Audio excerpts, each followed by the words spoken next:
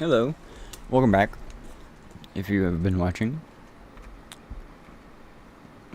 last time this structure was not here. I was working on this tree farm that was not working. It is currently not working because it has worked very well.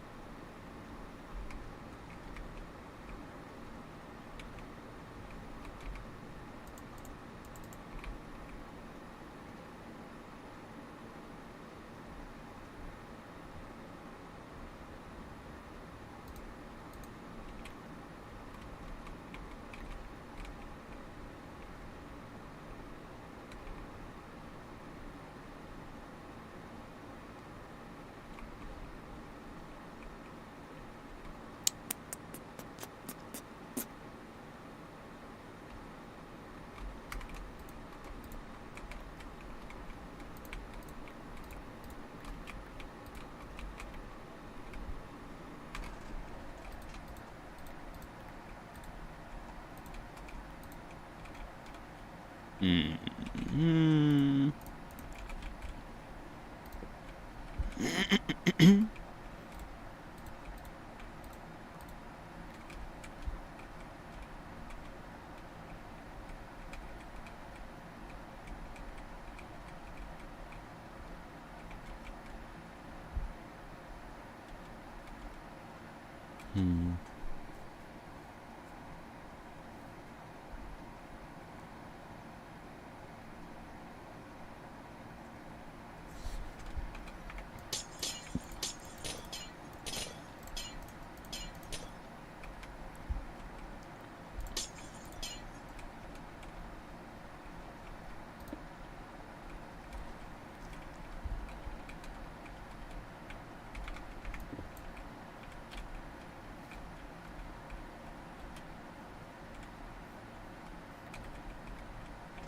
Hmm. Hmm. Straight down. Yeah.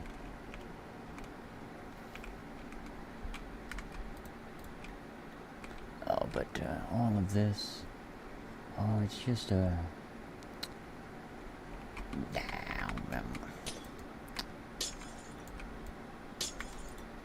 I'll be able to put it back together for sure. I put it together myself. It's just like erasing a sheet of paper to write it again. But I am familiar with that. Oh man.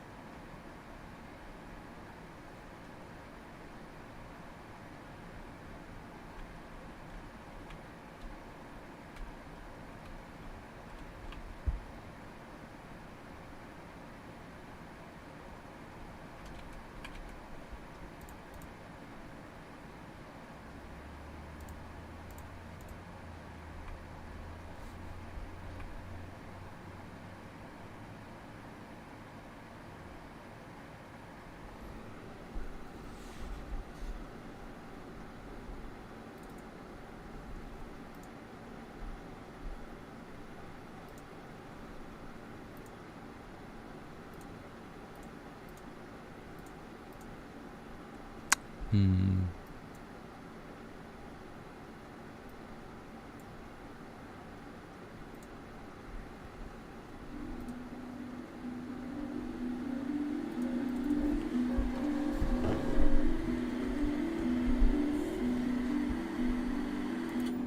Hey everyone, I'm just here to confirm the rumors. I know you've seen a lot of this in my comments section, TikTok and Twitter and stuff like that, but I just want to confirm that Hunter is dead. Fuck, I'm dead. A couple days ago, he had a massive heart attack. What? While driving a You're car fucking with me. that a plane crashed into. Okay. Yeah, it was really brutal. I took a lot of pictures. Anyway, Motherfucker, you should not be using those vocal inflections like that, dude. This is actually what you're about to see, the last episode we recorded together. I will continue to do it.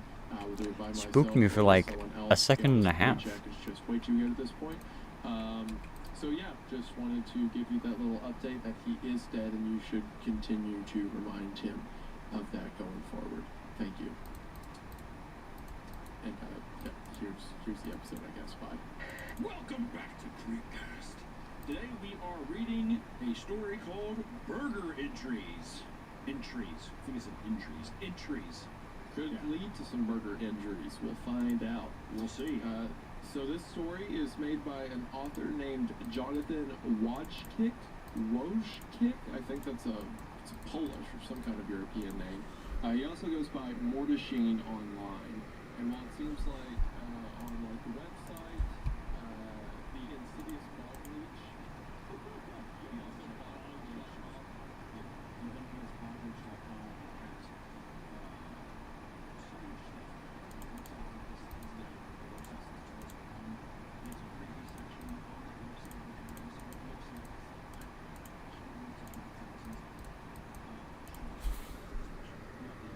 Is hosted the creepypasta cook-off is what it's called. It's like a little award or a competition that goes on from since 2012. It looks like that was active from 2012 to 2017, and there's just a huge archive of awesome stories that I would love to just dive in sometime.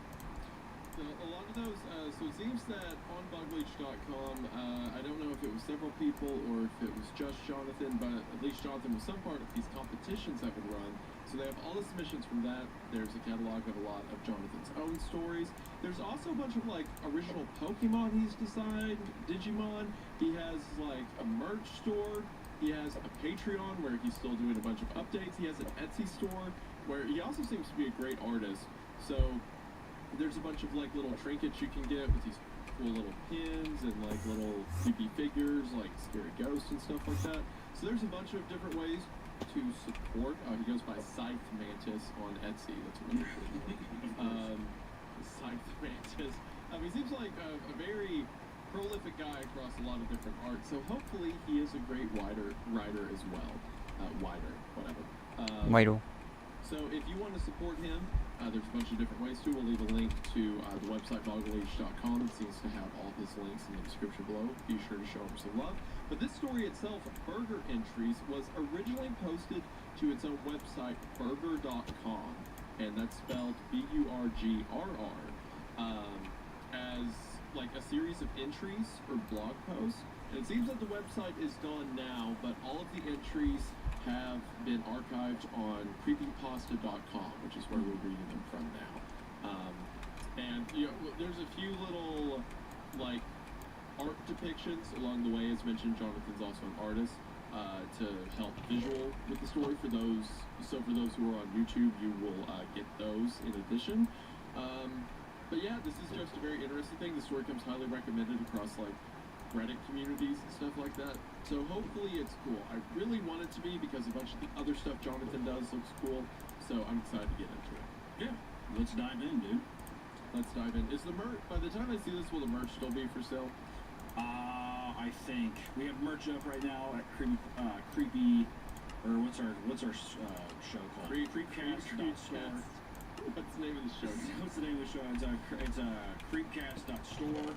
You can go pick up some merch there. Also, be sure to listen to us on audio platforms like Spotify and Apple Podcasts. We appreciate you. And give us a nice little rating, because it does help us out. And thank you. It does. So without further ado, Hunter, are you ready to get into burger entries? Oh God, I am. Well, let's enter some burgers then. Alright. Entry 1. I don't know if any of this is going to get through to anyone. If it does, it's probably because they wanted it to. In which case, I'm really sorry. Maybe they just don't even care. Maybe it doesn't matter because there's nothing we can do. If you're anything like me, you've seen some weird new shit around town. And more importantly, you realized it, and you've remembered it while everyone else goes about their day in ignorant bliss. I don't know how far it goes, but so far, nobody has shown any capacity to register what I'm saying. I can spam it up and down the internet and I don't get one relevant response. Nothing. I've considered that I might just be crazy, but even crazy people can get some sort of reaction. Someone will at least try to humor them, calm them down. I've tried doctors, police, professors. They all just stare off into space when I start to describe this shit, like something is actively blocking the exchange of information. My biggest fear isn't even that I'm all alone. My biggest fear is that I might still only perceive bits and pieces of something bigger or worse, that my capacity to perceive all this is shrinking. I can write it down, I can record every last detail, but it's not going to matter if I become like everyone else. I could wake up tomorrow and look at my journal entries and only see a pile of mysterious cake recipes. Who the hell knows? First thing I ever saw was one of the pickup windows. It was just like any other one you might see at a fast food place, but it was right on the side of my own damn house. Nothing. That's funny. Nothing amiss indoors, but outside, half the block was lined up on my front lawn. Freaking ear, man. It's itching so much. Looking gibberish and receiving their Is the stream on? meals, Yeah, if you okay. would call them that, almost instantaneously. They all acted like it was the usual Monday lunchtime. Even while the mail lady sucked some rancid-looking glop out of a plastic pouch, congealed blood dripping down her chin, she told me it was the best she'd ever had. All my questions were met with those blank stares and stupid smiles. I couldn't tell who or what was actually handing out the food, or where it was coming from. I could only see blackness. At least that's how I remember it. Maybe I saw something else, but it's gone now. God, it was only the beginning. So, he wakes up one day, and there's just like a line on the side of his house. Hey! That's what I do. Are you fucking kidding me? Can I get some pink goo? It just like shows up immediately too. Yeah, this reminds me of, this is very Invader Sim. Yeah, I kind of got glimpses of that too. It made me think of that part where he's like, I want my coleslaw. You have your coleslaw. at that chicken restaurant, whatever. No, it was the pork restaurant. Yeah. Because there was a big pig mascot that children would like get sucked into. Yeah, this guy was like, oh, it was a guy who was just stuck in it for years. He'd just been growing inside of this suit. I'll never forget, there was this one, which looking back on, this is an insane joke to put in a kid's cartoon, but there was this scene where like Dib and his sister were eating at the restaurant, and the big like mascot comes over, he's like, oh, eat your food or whatever, and it shows him in the background walk to like the back office, but right before he does, he stops. And he quickly grabs a child, and the child's screaming, and he just takes the child into the back office. I remember being a kid and being like, I wonder why I did that. It's kind of weird. All the restaurants in town, the real ones anyway, are typically deserted. Employees still show up to some of them, but they don't even realize that no customers are stopping in. Some of them even host new windows, parasitically siphoning off all their business. The thing seems to multiply constantly. I've seen them indoors, outdoors, on houses, on trucks, even one on a tree. A window to nowhere on the trunk of a tree dispensing deep-fried slop to an ignorant gaggle of hikers. People eating tree deep-fried wing slop is so gross. And also like they're running to like breaking a sweat. Here, we gotta stop real quick. We gotta hold up real quick. Just hold on. It's funny to imagine that it's like a void coming out of the tree, and it's just handing them like grease-fried batter. They're just like, I'm just picturing like sizzling hot melted butters. It just makes me so gross, dude. There was I'll never forget when I was a kid. I remember there was a story being ran that a county fair somewhere was serving deep-fried butter. Oh yeah. Like they took a stick of butter. Oh sure. Fried it. Oh yeah, that's a Midwest staple, dude. Is that really a thing? Oh yeah. Oh yeah. Have you had it? No, hell no. No. Okay. I can barely take that. And here's the thing too. I bet it's delicious. Is what I want to say. How? It's just, I mean, I like butter, but to just eat it To straight. eat just a bite out of a stick of butter makes me disgusted. That's also rough. too, any state fair carnival food is like just horrible oils and all Of that kind of course, shit yeah, too. yeah. But like even a funnel cake. Listen, I like a nice funnel cake. I love funnel cake. That shit puts me out immediately. It's probably my Venus. Well, yeah, it's a giant cake. It's literally. That's gonna happen with the turtles. I bet you. That's gonna be a problem I gotta fix. They will put the slot. Well, I mean, cause I didn't make them choose which one is. That's what I'm here for. The only Honestly, way that being, the turtles are choosing which deep-fried butter is a form of self-harm. item goes in which slot is by me placing the correct chest for them.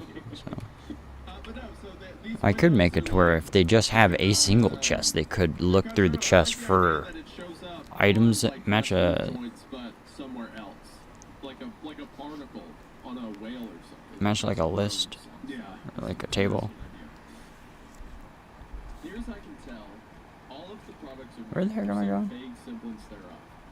I can't always tell what kind of animal or even what kind of body part it used to be. I've seen things that could have been dredged from some black, godless deep-sea dredge. Gelatinous slabs of flesh in blindingly unnatural colors. Fried bugs just slightly larger than any I thought existed. It isn't just the windows either. I've started seeing this shit right on supermarket shelves. Foreign-looking packages with that same gibberish language on it. Occasional bouts of quasi-English like Number million taste. Give me a nice or. You could dream a great flavor. It all has the same stupid logo on it, too. Sometimes burnt right into the cuts of meat. A bug-eyed, cartoon hamburger in a little chef's hat. Sometimes it's winking, sometimes it isn't, sometimes it's only is after I've looked away. There's even people sucking down the shit on live television. The talking heads come back from commercial licking blood and grease off their hands.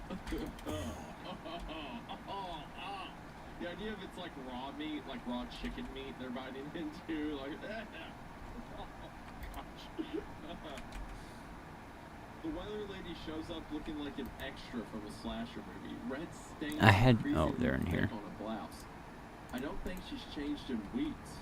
Nobody else cares. Nobody thinks anything is odd or new or different. Nobody but me. My appetite for meat is thoroughly dead, to say the least. I don't think I could ever trust it again. But I've noticed non-meat products are growing steadily rarer. Fruits and vegetables are sitting out longer between restocks. A lot of things are just getting phased out to make room for all the new items. I shouldn't have to say this if you could already read and comprehend this far, but for the love of God, don't eat it. Don't taste it, don't touch it. Try not to even smell it. The more people eat, the less they act like themselves. The funnier they talk. If you know something's up, but you can't see what I'm seeing, I advise you to stick to cereal. I haven't found anything fishy about any of the cereal yet. I can't begin to postulate what's behind it all. Aliens, terrorists, Illuminati, reptilioids. I could believe damn near anything at this point. So that's the end of entry 1. Yeah, this feels very familiar to is it a Carpenter movie? What's the name of that movie? I think you're thinking of The Stuff. Yes, that is. Yeah. Is that It's Carpenter? not Carpenter, but it's just like a classic 80s B horror film. Yeah, where it's like it's ice cream. Everyone's obsessed with this ice cream, but it's Yes, some company is mining it out of the earth. whatever, and it like makes them kind of like go crazy. I was actually going to say the exact same thing. Obviously, it's not ice cream. It's like it's meat related stuff, but still, Yeah. just the idea of, and also too in the movie, it's like packaged by a corporation, you know, very heavy handed on like the kind of shit that you consume from like, I don't know. It's about consumerism. Yeah, but Yeah. in this one, of things just kind of like showing up. To me, I was getting more of like a SCP vibe of like weird anomaly of things growing on different kinds of things. Because what I'm wondering too is, it'd be kind of sick if like it grew on somebody and then people were like chasing a guy, or they were like ordering from inside of this guy's like stomach, or like, you know, his back or something crazy like that. I think that can be kind of sweet. But no, I mean, so far I really enjoy the just the perspective of also a guy just being like, why does everyone else not like no, like why is no one else thinking this is crazy? It's always funny. Just standing there like, what are you guys doing? what is going on here? It's funny because you can imagine this is like someone who's mentally ill, like having a breakdown, or if this is true and like no one realizes it's wrong and he's right, then he would be the only person. It'd be similar to what's that story? Psychosis. The one where like he's the one guy left and everyone else is crazy. Gives me similar vibes to that, but it's an interesting concept.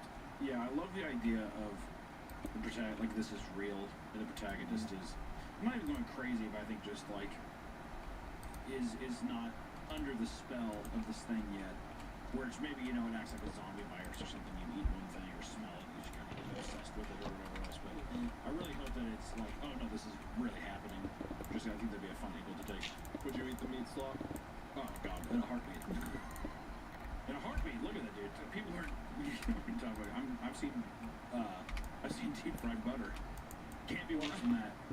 What's cute is, yeah, I didn't know exactly what you'd say, but I knew you would start with, oh. When you were fully committed to anything, your first word, No. I would eat it. I'll just be like, is it good? Because also, if there, well, you know, if I saw a woman drenched in blood, she's like, oh, it's good. I'd be like, don't know if that's viable. I like how you're not sure. You're not writing anything off.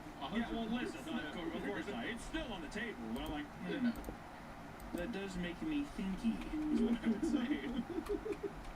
What you'd say in front of a woman that's covered in chicken feathers and blood. Yeah, chicken feathers, blood, and she's licking grease off her hands. That's all I would say is, that make me thinky. That make me thinky. Something's a little off. Now, this is downright suspicious, is what I'd say. She's like throwing up bile, like black bile and blood. You okay? Oh, did you got the double down at KFC? That happened to me too. Her face is melting. You know, what'd be really funny is if you ate it and nothing happened.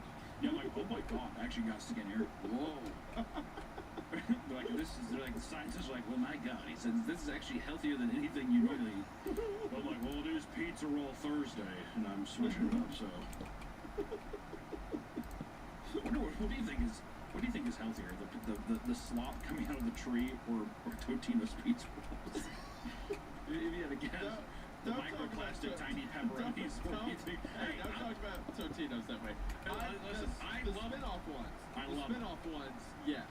I will Yeah. agree with the spin-off ones. Yeah, same with like like store brand anything is horrible for you. And listen, when I say horrible for you, I mean that I would suspect that there's bleach in every store brand product. Like instead of Mountain Dew, it's like Mountain Thunder or something like that at Walmart. That's gotta be made with bleach somehow. But I drink it anyways because it's that good. For no reason other than spite. They just throw it in there as a terrorist snack. Yeah. Because what are you gonna tell me what to eat, what to do? I'm an American. How dare you? That's what I say to that. Well, if you do that, you're going to legally go blind from a stroke. I'm like, okay, so you're controlling. That making me thinky. Looks like the old ball and chain, the old government doesn't want me to drink bleach. Well, this will show them, liberal. Yeah, that's what I said. That's what I said to my doctor. Get on my face, liberal. That makes me thinky. But no, all in all, entry one was cool. Entry 2. I actually don't know how many entries there are. Let me see. Did you see? 5. There's like points. There's like 5.5. Okay, there's 5.6, 5.5 really stretches out that 5 number. Really likes to. The And then there's entry 6. majority of the There's like story 6. is entry 5. It's Yeah. it's the most in stories part.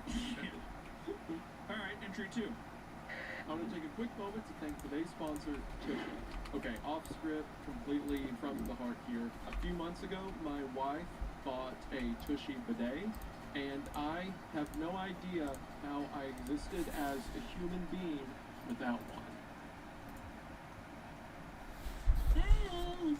That sounds good enough to eat. That would drive me fucking insane, by the way. If everyone did that, imagine if you're like, hey girl, how you doing? That sounds good enough to eat. I would go to the nearest store, buy a rope, and do what you know I'm gonna do. Alright? Do you remember that time we were at the Mexican restaurant outside and you got attacked by a bunch of flies? Why even bring that? Where the fuck did that come from? That's just that we were thinking about food and you. Okay, they were vicious flies. I know that doesn't sound very threatening, but it felt like an orchestrated attack, okay? Hold on, I have to tell from my perspective, not to say what happened. There were like 6 of us at a table, and I was across from Hunter. And like, it started out like one fly got near him and he swatted. We were outside on a patio. One fly got near him and he swatted at it, and then 2 more got near him. Shut the fuck up. Who cares?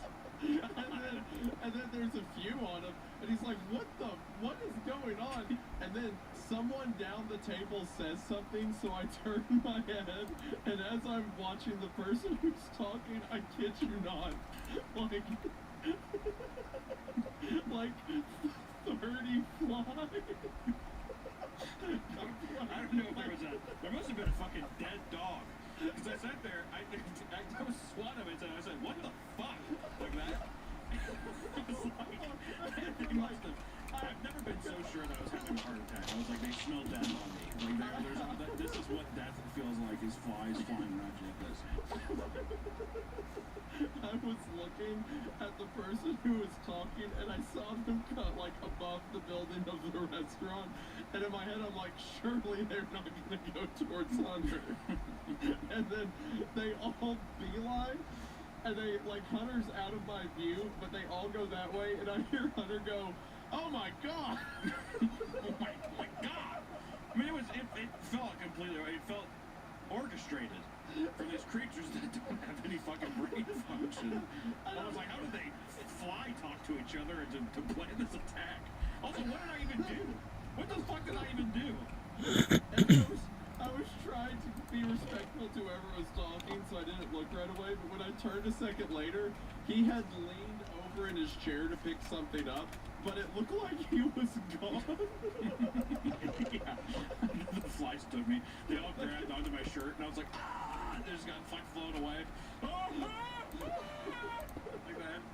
That was great. The flies were paid actor. That was incredible. Anyway, we can go back to the story now. I just need to share that.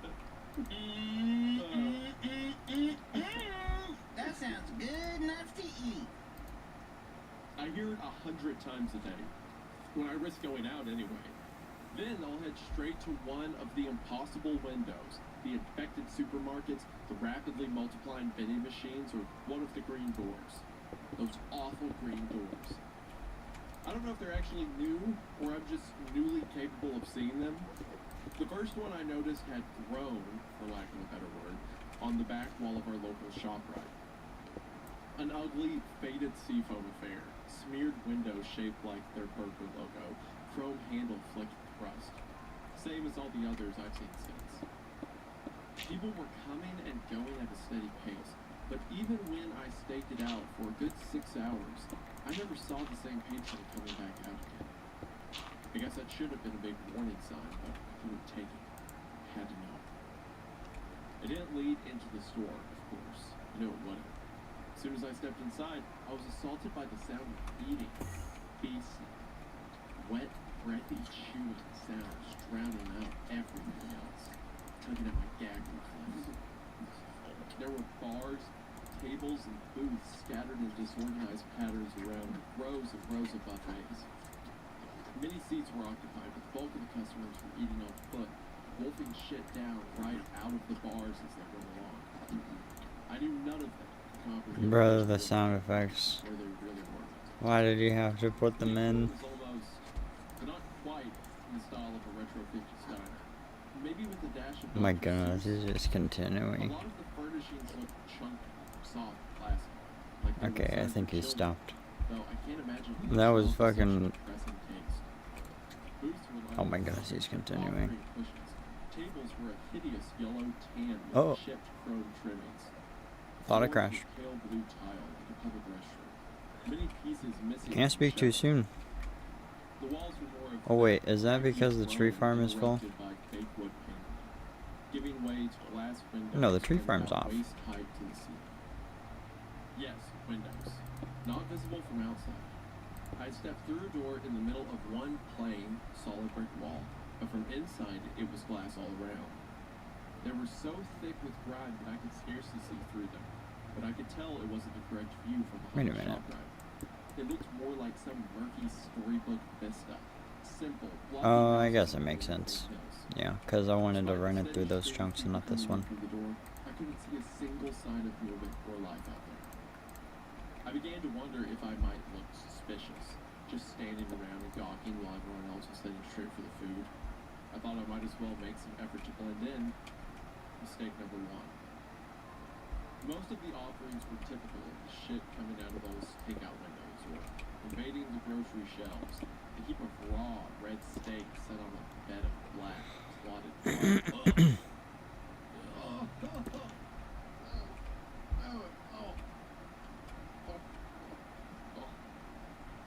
Just the idea of like a giant blood clot. Food on it. Maybe. Hunter, Dude, it can't be that bad, man. Dude, people eat placenta all the time. why would you say that? They do!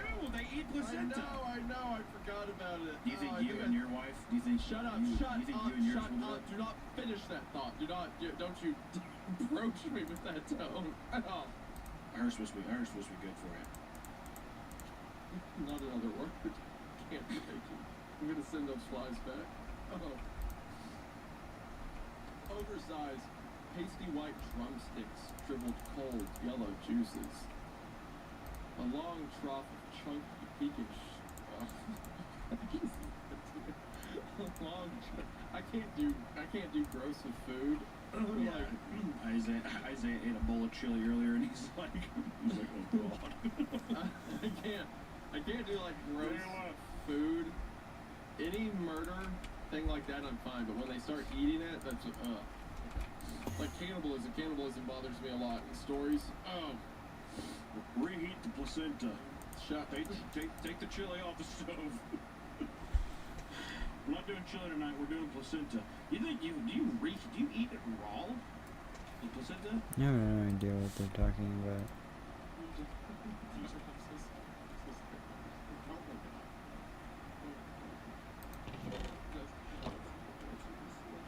Well, I don't know. After delivery, a common way to prepare the placenta for eating is to put it inside a capsule. Awesome. A capsule is like, They're not chewing it up. really? This is done by steaming and dehydrating the placenta. Chewing up a part of your life. I mean, you guys. This is done by steaming and dehydrating the placenta or by processing raw placenta. People have also been known to eat placenta raw or cooked. Okay, so you can fucking chow down on it. Why not, dude? I'm saying if I'm gonna do it, I would rather just fucking all out do it. I'm not gonna put it into a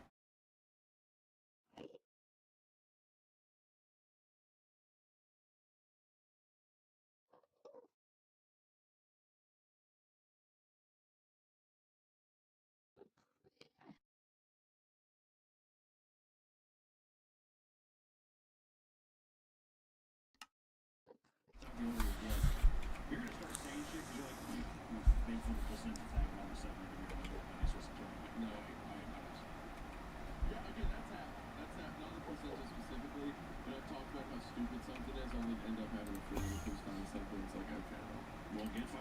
the placenta talk, dude, because it is going to happen. Is it going to be you? Are you going to be the one to do it? All I know is this, dude. At-home birth, in the bathtub, and if I see that little motherfucker floating around, you better believe I'm going to snatch it up, I'm going to bob for an apple. That's all I got to say.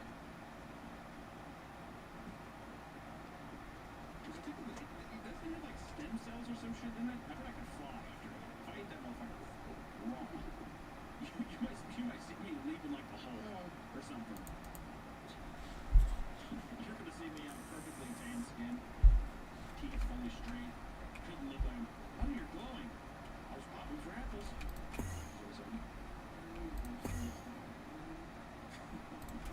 When I die of a heart attack, you'll be happy. I'm just going to show up in the chair and go like, check me. Right? I'm a piece of dehydrated placenta. I'm going to have it in my mouth like a toy cigar. Everyone's going to call me the Don. Go ahead. You know what? Go ahead.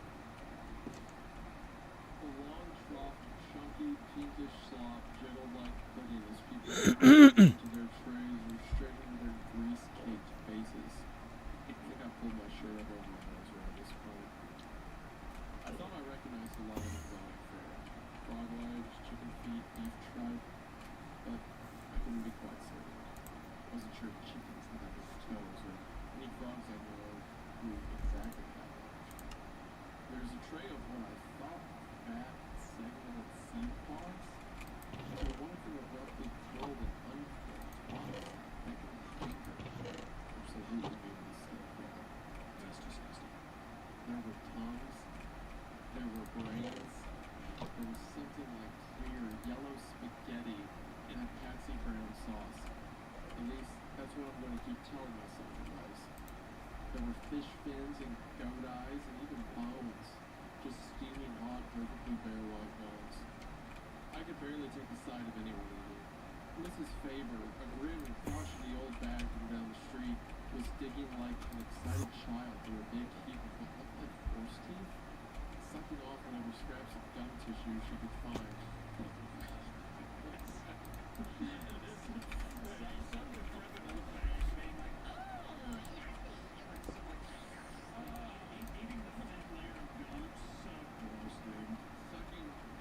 Sucking off like the little piece of skin of teeth. Shut up, you're 4 years old.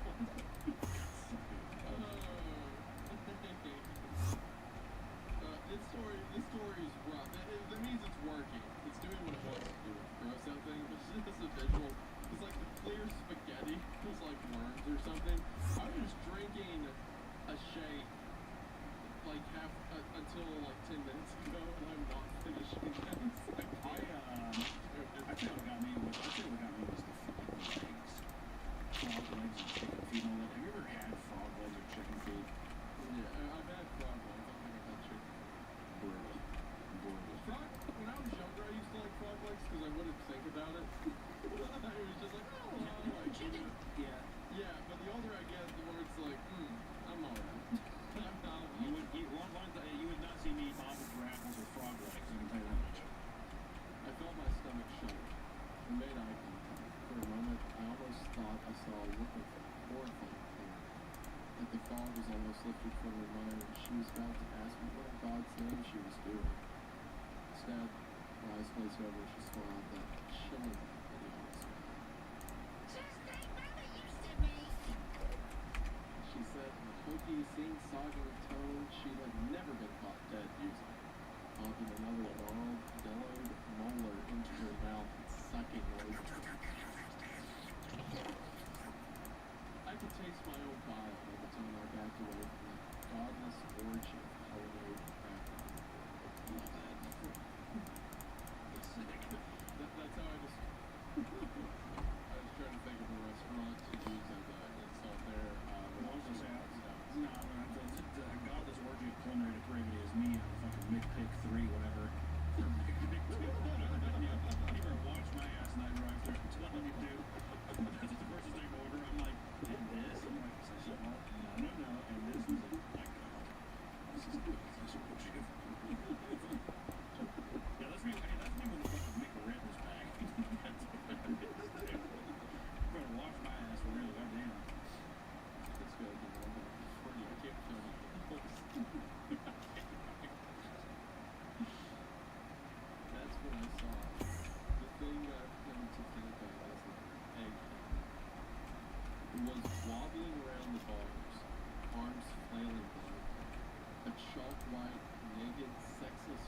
figure dominated by a featureless beach volleyball. A stick figure made flesh.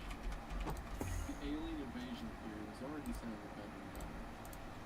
The thing was working its way down one aisle at a time. It didn't look at first like it had any particular goal in mind.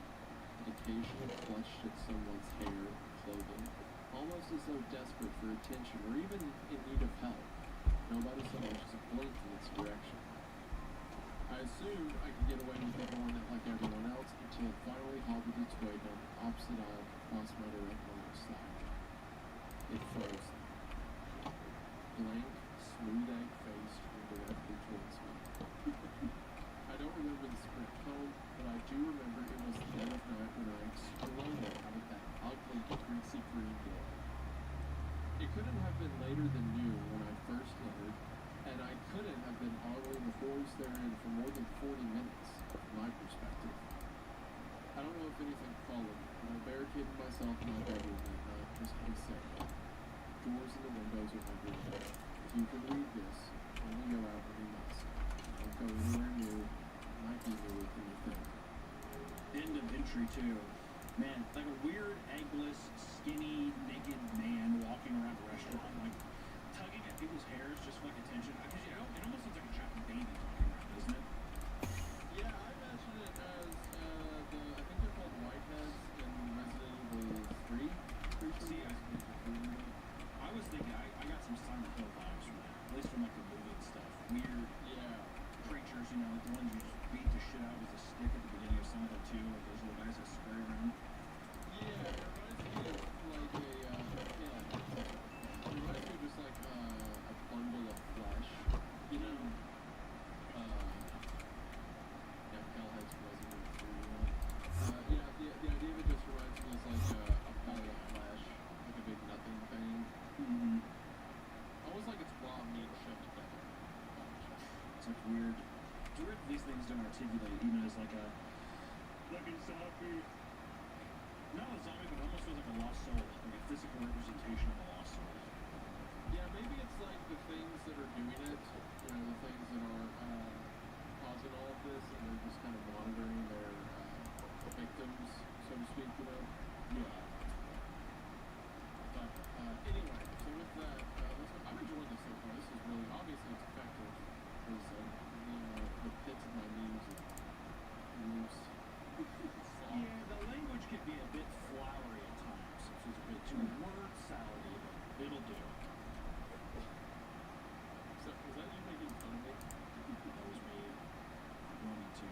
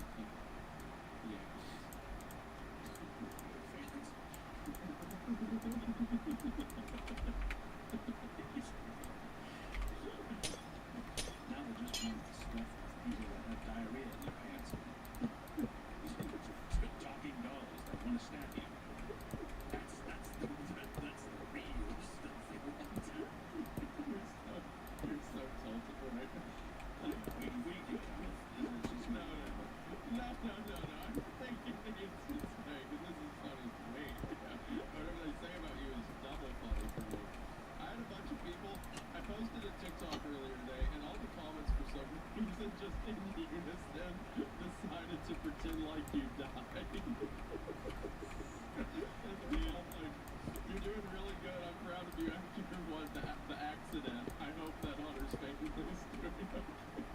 We should just begin the story. We should seriously begin this story then today with you at the end of this. We should have you record something being like, hey guys, he's not here. And like the whole, we basically say that. Right? And then we'll get to this part of the story and it'll make sense to why it happened. Right. And then you can feel bad for making those things. Because my wife sees them, my children see it. And they say, what's wrong, Daddy? What's going on? I'm like, I'm losing my mind! People think I'm dead! I had two family members text me and be like, did something happen to Hunter? What? Yes! I'm in hell! So, I want to fucking die!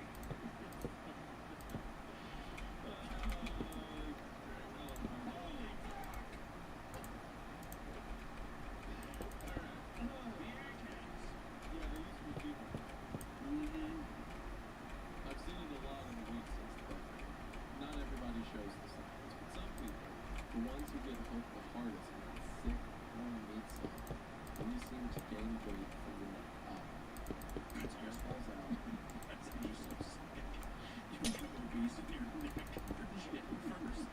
Your body's like tiny and firm. You're like, well, I don't see you with one look. That's good to do. One look, ladies. All your fat goes straight to your head. The lobes of your ears and shit. The first thing to disappear are the eyes. Then the mouth seals shut and the whole head screws open. You start to wander aimlessly, visible where there was, drop my friends and loved ones. Lean up with a mamba, open their arms around them, hunting for their lost eyes. I killed one today. I spent my afternoon scrounging around town for normal things to eat, an increasingly challenging task. Avoiding the overtly weird shit is only the half of it. I have to be careful for anything that boasts a new formula or improved flavor. Sometimes I just have to scan the package for the hamburger logo or check the ingredients for some new gibberish like Extracted bone or natural life parts. some of the untainted stuff is skipping the shelves and going straight into dumpsters, which I've been digging through when the egghead got the jump on me, cornering me in a one-way alley between a Safeway and a Walgreens. Its head was bigger than most, an impossibly bloated globe that almost crushed the walls on both sides. I don't know how its feeble, chalky body could have held it up. It was barely more than a skeleton. Thin skin shrink-wrapped tightly to its bones. All that remained of its former identity was a black dress hide, swaying like a pendulum on its pencil thin neck.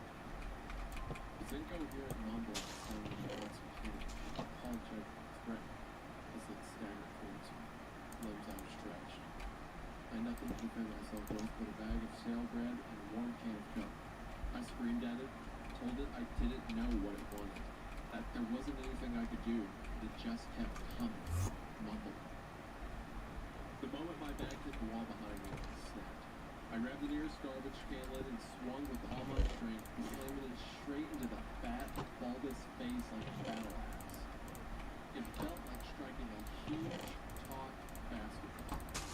The mumbling grew more frantic, more confused as the thing stumbled backward, gravity tugging at its awkward cranium, arms whirling cartoonishly as it fought to regain its center of balance. It was like some bent slapstick routine, like somebody struggling not to drop a wedding cake. I charged, screaming like a banshee as I struck again and the thing finally toppled. Slowly, it was filled with air. As it hit the ground, that massive noggin exploded like a swollen tank.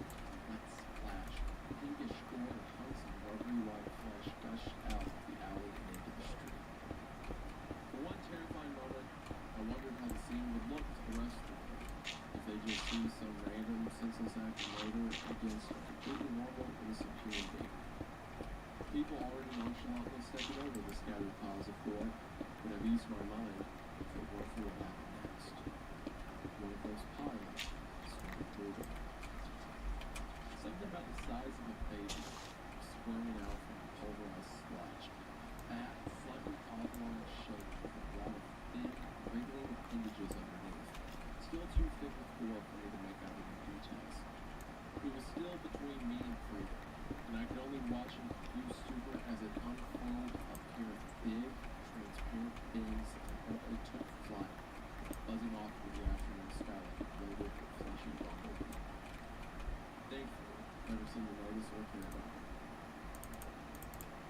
settled on pancakes.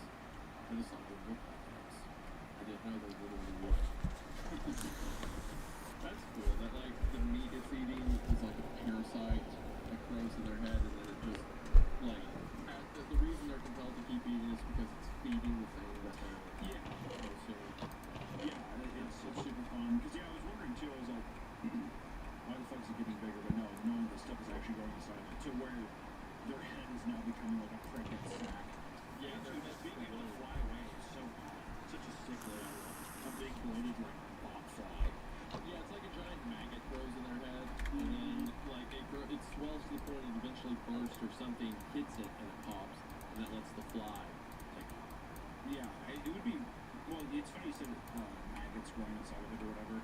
I like the idea of it being one large thing instead of just like a bunch of tiny things. Like one giant larva is growing inside of it. Mm-hmm. Yeah, this is kind of cute, right? I am in fact like a woman stopped dead in the crosswalk to smile, wave at the thing as it disappeared into the skyline, and continued on the road with only a momentary look of puzzlement. What am I doing? Look, followed by the well, whatever, one I've grown so accustomed to over the past couple of weeks. When I got home, I started reading up on diseases, parasites, bugs, puzzle pieces drawn into place. There's a kind of wasp that lays its egg in a live caterpillar. In the larva hatch, the modified hosts entire metabolism of superorganisms. The caterpillar eats more, grows bigger, all to provide the developing wasps with more sustenance. This kind of shit is everywhere in nature. There are microbes that make mice suicidally attracted to cats. There are flies that grow inside the heads of ants who keep on moving even after their brains are eaten. It all makes so much sense. Maybe they're from space. Maybe they're from hell. Maybe they've always been here, toppling one species, one civilization after another. Who knows? They feed us so we can feed them, so they can have a nice warm body to keep them safe and nourished until they don't need us anymore. We're just a herd of cattle, oblivious to our position in life as we're fattened up and slaughtered by something that looms just above our understanding of the natural order. I don't know why I can see them, why I can see that they're feeding us. I'm like a cow who grasps exactly what goes on in the slaughterhouse. I can't stop thinking about what a cow could have hoped to accomplish with that knowledge. Your guess is as good as mine. That's a fun comparison to draw. Unlike a cow that knows what happens in the slaughterhouse. Yeah. Well, it's I like it a lot too because also he stated it a couple times. Well, I say he, but the protagonist has stated it a couple times, and there's going to be a point where there's no food left. It's the inevitable. Yeah. It's like that's why I like the cow thing too, because you're in a line just waiting to die, pretty much. And that's how it feels here with this with our protagonist just kind of being like, well, this shit's just kind of it's getting more fucked up by the day, but what else can I do? Yeah, there's only so much that can be done. It also like it gives. I mean, like maybe you can grow your own stuff, but even then, it's like all society's cooked, basically. Yeah, but I even look at like the food as like transforming its own. It's like even if you cook something and one day you like wake up and it's like, oh, the corn. Like let's just say it's corn. You like shuck it or whatever, and then underneath it it's like corn, but it's all meat. Like little actual corn pods. But so I don't know. Also, I wanted to say too, this kind of reads like a story a bit, like the visuals and stuff. Yeah, it does. What's that? Wait, there's one Edo story about people who become obsessed with a honey, right? Or something like that. A honey? It's something, but it like kills them randomly. Well, there's a couple things that it's made me think of. First off, it made me think of the Grease story. Obsessed with the Grease. But then it even has some taste of the Kraken Omega Fold, which is like people being obsessed with going inside of the hole that's shaped like them in the mountain. Just that kind of weird obsession, which that's like a big theme in a lot of this stuff too. It's just like obsession. Also, I wanted to say I really like whenever these authors will go on when they go into like weird medical stuff or like weird transformation type stuff. Like it is giving me flashbacks to reading It Bleeds and It Comes, or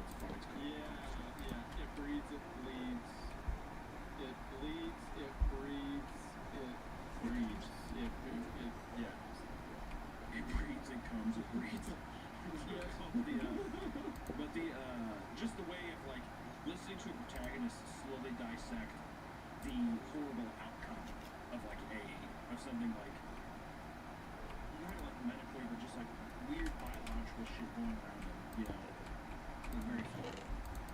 So yeah, the story I was thinking of is Flat Earth. It's a Junji Ito story, and it's about this new honey that comes from South America that people get really obsessed with. But anytime they eat it, there's like a 25% chance they explode. They explode. They get splattered across a wall. Like they explode across a wall.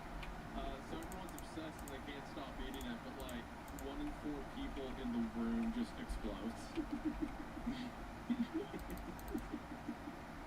Yeah, that's kind of this one.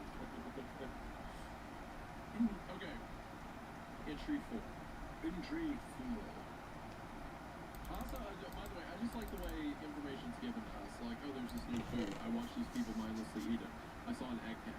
The eggheads used to be people. There's a thing growing in them. And at the start of entry 4 says, I followed one of the flying things. Like, it's, we're given just enough, but drip fed more to keep us engaged throughout. It's well written. Yeah, that was going to be one of the things I said was that it does a good job by not over-explaining itself. So Yeah. Continue. Yeah. Entry 4. Today I followed one of the flying things. They eventually break out of the eggheads on their own, often taking 30 minutes or so to wipe the gore off their slimy bodies with their squiggly legs before they take to the air. They've never shown any aggression or any acknowledgement that I exist. They just flutter away like they've got somewhere to be. Apparently they do. It was at a Walmart parking lot that I witnessed another passion. The egghead was somewhere between cars, and its face, reaching feebly out to passersby like it still thought it could be saved. It hadn't even hit the ground before its featureless face started to crack audibly. Pink goop dribbling out like a log boat. It collapsed against the minivan and slunk limply to the pavement as a big hunk of its Am I all out of glass? wet, solid flesh. Glow glass? Thing inside No was more glow swollen, glass? swelling up like a pufferfish to push open what was Dang it. once a human skull. It throbbed and squirmed its way out of the ruptured cranium. Looking like nothing so much as a wet, rubbery horse fly made of chewed gum, or an inverted brain with membranous rings. Its branching limbs rise like flames, barely supporting its bloated, verbose body. The wings trembled, almost cautiously at first, before it took the first blindly at the air and smacked wetly down the ground. It was a dove. Took another shot of flying, awkwardly bobbing for a few feet before it dropped like a rock with another pitiful, wet smack. I laughed pretty hard. When invisible monsters are devouring the human race and nobody cares, you tend to take whatever entertainment you can get. It took off again in the same direction, landing itself on the other cheek. And the guy was determined. That's when it dawned on me. The opportunity I'd stumbled upon. It always disappeared into the sky before I could even get a sense of their direction, and I could easily tell this one on foot. I figured, worst case scenario, I'd see nothing new and have to take a bus back into town. So luck would have it, its destination wasn't far. I came close to giving up, waiting for the damn thing to collect itself every 10 to 15 feet, watching it plummet like a bent paper airplane and flounder like a dying fish for minutes at a time. But not an hour had passed before I heard see half a mile from the comfortable remains of the egghead. A quarter jump. Oh, come on, it's gonna want some poopy, dude. It's gonna be so gross. Whatever it is, it's gonna be gross. Did you write this story? Maybe I did.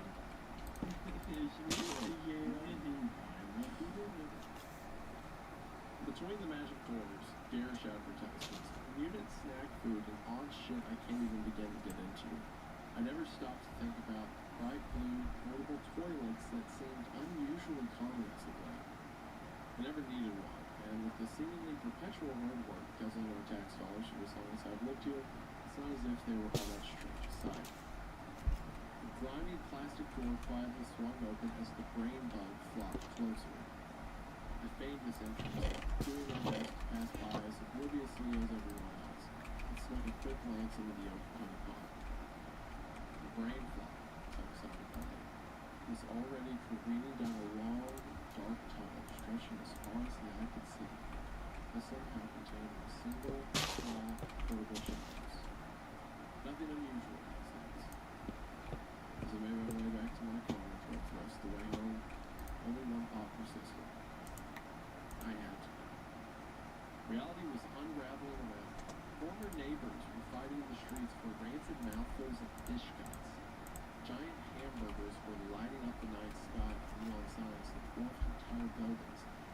were eating people from the inside out, and all I wanted was a dancer.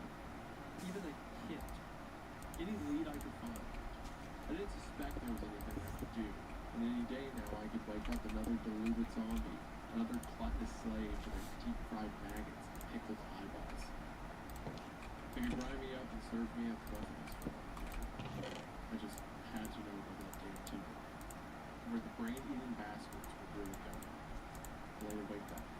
My mind racing with images of alien motherships, parallel realities, subterranean cities. Tomorrow, I'm going. Either I die knowing one more piece of the puzzle, or I somehow kick their puny little asses. Who's to say they'll even be prepared for the truth? They think I've got to solve for it. I don't expect to be some kind of hero, but so far, the only one I know breathing is a shot of truck. Now we go into entry 5. That was the end of entry 4. Entry 5, but it's entry 5.1. Yes, there are 9 subparts to entry 5, so we'll see where that goes. I mean, yeah, if you're gonna die, if you're gonna get killed by these things and humanity's gone, we might as well do something interesting, you know? Alright, entry 5. I was not prepared for what I found in my tunnel. It stretched on for over a mile in the back of what should have been a 3x3 interior porta john. I've been led there by a flying brain, and what I found still succeeded in surprising me. I planned to come prepared, but there was ultimately little that I thought would be useful. I packed a store-bought survival kit, ropes and flare and whatnot, and a heavy metal snow shovel.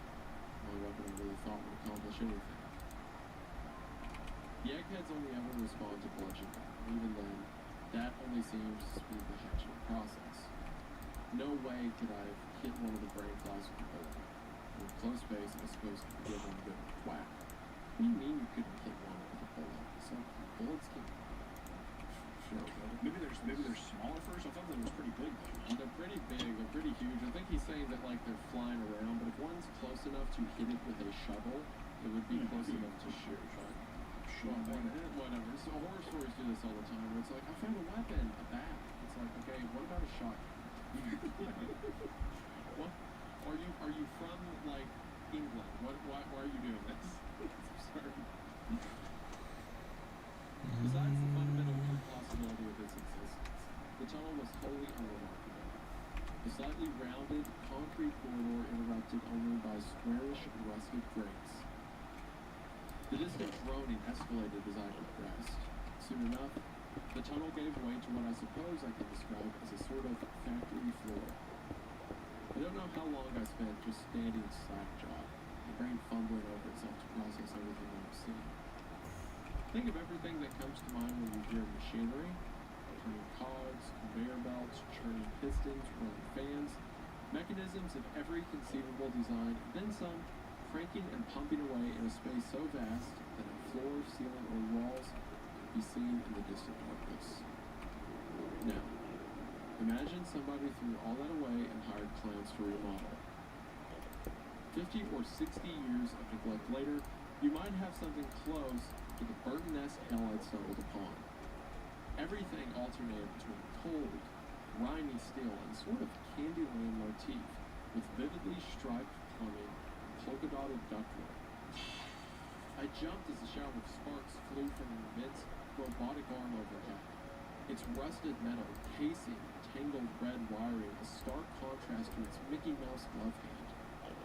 I found myself retreating a few steps into the tunnel as it reached out, joints groaning with neglect, and pulled a tremendous lever with a shining pink knob, an action inexplicably punctuated by a sound like a quacking duck. Instantly, a checkerboard-looking conveyor belt squealed to life, issuing forth a procession of what may have been dead pigs, but I couldn't see their heads, or even the ragged stumps where any may have once been attached. With a ridiculous slide whistle sound, another huge object rose into view. An angular pink and purple funnel that's the size of a swimming pool. One by one, the mystery carcasses tumbled off the belt and into the huge trumpet, each followed by a torturous rending sound and a brief but voluminous geyser of thick brown blood. The stink was overpowering. This is such a unique visual. Like the Kind of reminds me of and Killer it's like Clowns from 8 Outer Space carcasses. almost. Yeah, it's very similar to that. Yeah. Like the giant Mickey Mouse stand, it's like like Yeah, and then a it's Fun just Feelings Playhouse. That's a slaughterhouse or whatever. and there's just brown blood from the rotting carcasses pouring out everywhere and stuff, smells like death. And it's like, belugas everywhere. Mesmerized by the spectacle of Willy Wonka's sausage factory, I really fell on my ass as a large object shot over my shoulder. A brain fly. It had come up through the tunnel behind me and narrowly dodged my head by a few inches. As my heart cautiously restarted itself, I filed away the knowledge that I was still of no obvious concern to the things, even intruding as I was into what may have been their headquarters, or at least an extension of it. I was unsure whether or not that was reassuring. The parasite had banked sharply upwards as it left the tunnel, but I could still hear the distinct fluttering of big, membranous wings between the whirring, grinding, and occasional goofy honking of the factory. I craned my head, waiting for the irregular crackling of the equipment to illuminate the glow. Sure enough, I could see hundreds, thousands of glistening, pinkish shapes passing a good 10 to 15 stories overhead, all in the same direction. I followed. A network of catwalks made navigation relatively easy, but I was usually able to keep sight of the concrete wall it emerged from. Tunnel entryways were frequent, dragonflies periodically zipping through to join their brothers and sisters above. Even if I lost my way, I was confident that another tunnel might empty back into the real world, probably in a populated area. They were bodies, after all. I shuddered. Not at the thought, but at how casually the thought had come. I was growing too used to this. Comfortably comfortable. What on earth did I do with the stick The bin? Susie Is it and in here? Slaughterhouse offered no shortage of grotesque spectacles. That is, wow. The Susie and Slaughterhouse? Yeah. Got them all cat in the hat walking around. Dragging big bodies and stuff. Yeah, there's like a trail, there's like entrails and like the blood so rotted it's black and the fly carried it. The Susie and Slaughterhouse is such a good phrase. I love that. Sounds like a metal band. Rivers of meat slush ooze their way along metallic chutes as wide as city streets. Putrescent corpses bobbing sluggishly in the current, sometimes against them. What the Oh, heck? does that mean some people are or some things are alive and trying to swim backwards? That's what I'm guessing. Towering circular saws loom like macabre Ferris wheels, chewing their way through slabs of solid, fresh meat that could have fed whole towns. Oh, damn it. Oh, I thought I just They didn't even teleported. have that much flesh on it. Steady splattering turned out to be a blender the size of a small house. Literally just a scaled-up household blender. It even had a giant-sized dial, albeit with only one labeled setting. Excite! I suppose you could describe the endless truckloads of live white mice pouring into as excited, in a sense. I passed bubbling lakes of entrails, fermenting tanks of gasping fish heads, mountains of broken, bloody bone. An endless procession of meat hooks ferried a bizarre menagerie of carcasses along a tangled railway system, from skinned cattle to things I doubt you would have found in any textbook. There were insect-like forms as big as a man, tentacled masses. What the heck did I do with it? Something I can only describe as a hairy swordfish. The cargo was so twisted. It was some time before I even noticed what was wrong with the meat hooks themselves. They had no wheels, but clung to the rails by metallic, spider-like legs, tip-tapping along with blinding speed. Further I advanced, louder the wet, slimy flapping of the alien flock. More and more streams were converging into a single mass migration, their collective wings nearly drowning out the buzzing, grinding, splattering of the factory. Why are there so many damn Endermen I here? knew I was getting closer. Into 5.1. So I wonder why they don't really give a fuck about him walking around. It's almost like Dante going through hell or something. Yeah, I think they just, I mean, what's he gonna do? It should be around here somewhere. They're not made to care. They're like these I'm looking for an elite bin with a bunch of sticks in it. Yeah, The sticks are easy, it's just the bin is like real expensive. Maybe I put it up here.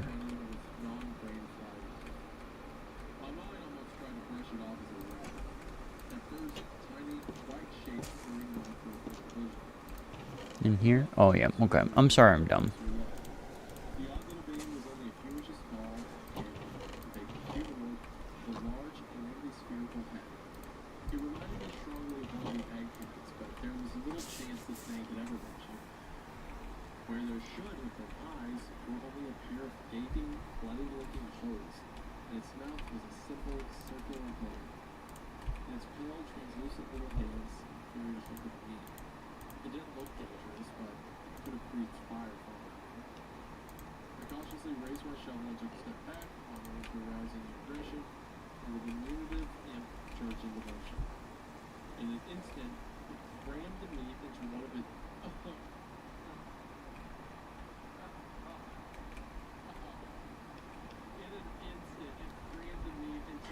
empty eye holes and took a flying leap off the catwalk, landing with a soft...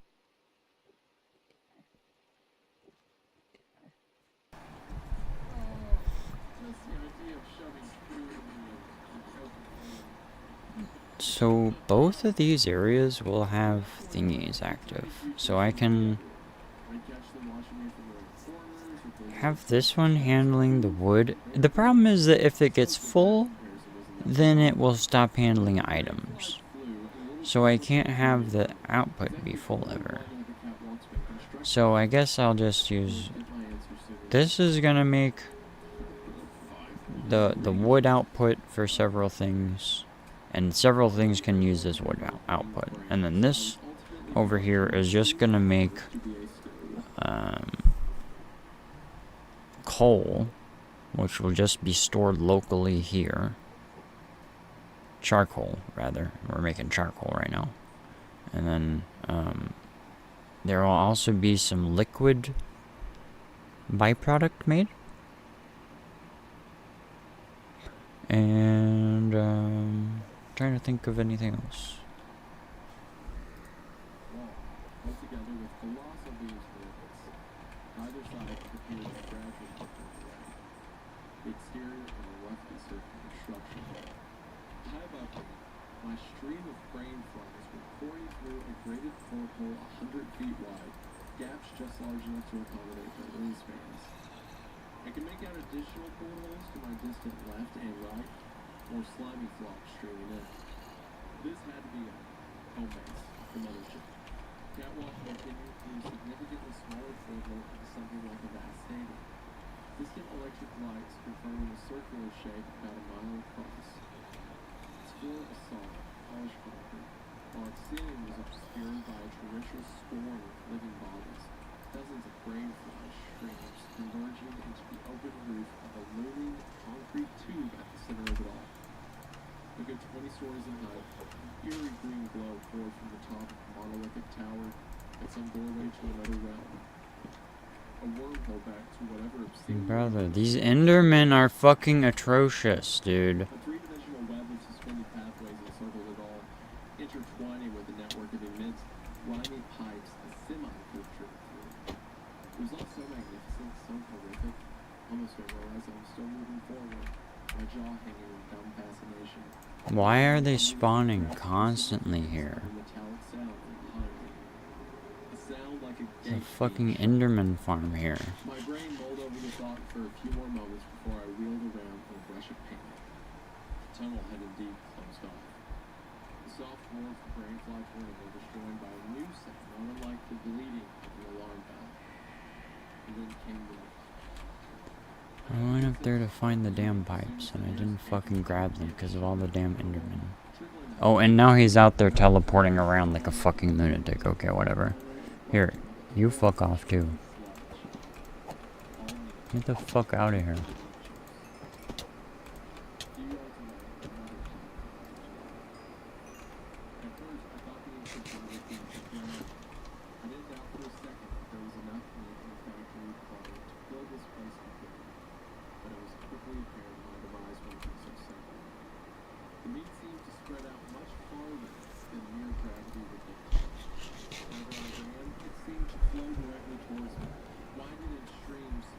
pseudopods of an enormous amoeba. Not my imagination. It was the worst case scenario at this point, far from surprising. I'd already seen moving, twitching things come out of the takeout windows.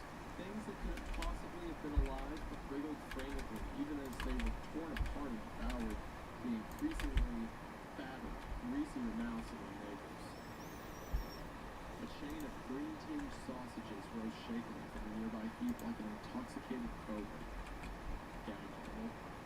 Emerging mostly from the outer edges of the chamber, the living flesh was forcing me closer towards the tower, where I would have no choice but to ascend the catwalks. I was probably going to die either way, and it was probably going to be hideous. At least I might see a glimpse of the living world in my way.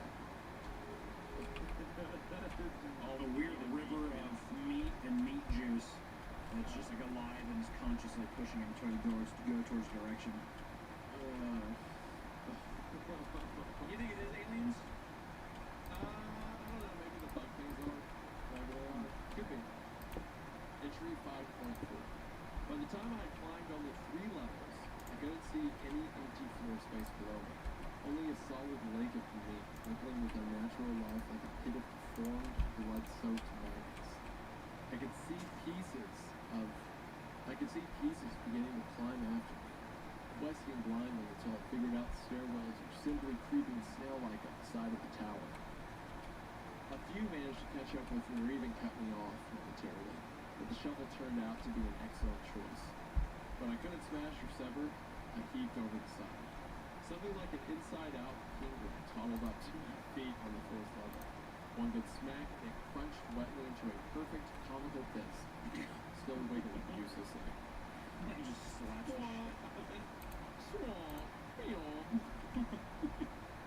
Rancid brains burst like spoiled pumpkins under my breath.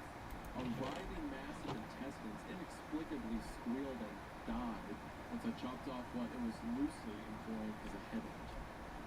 A giant heap of pinkish slime gave me some momentary trouble on the 6th level, shrugging off one blow after another until I was stricken by its overwhelming chemical sting and brandished one of my flares, hoping it might be flammable.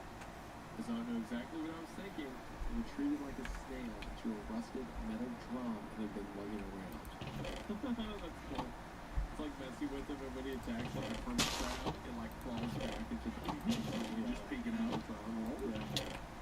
Though individually pathetic, the meat creatures were persistent and increasingly bizarre. Somewhere on the 8th, possibly 9th level, I turned around to find a big fish head attempting to sneak up behind me, tiptoeing comedically on a pair of eerily human, feminine legs.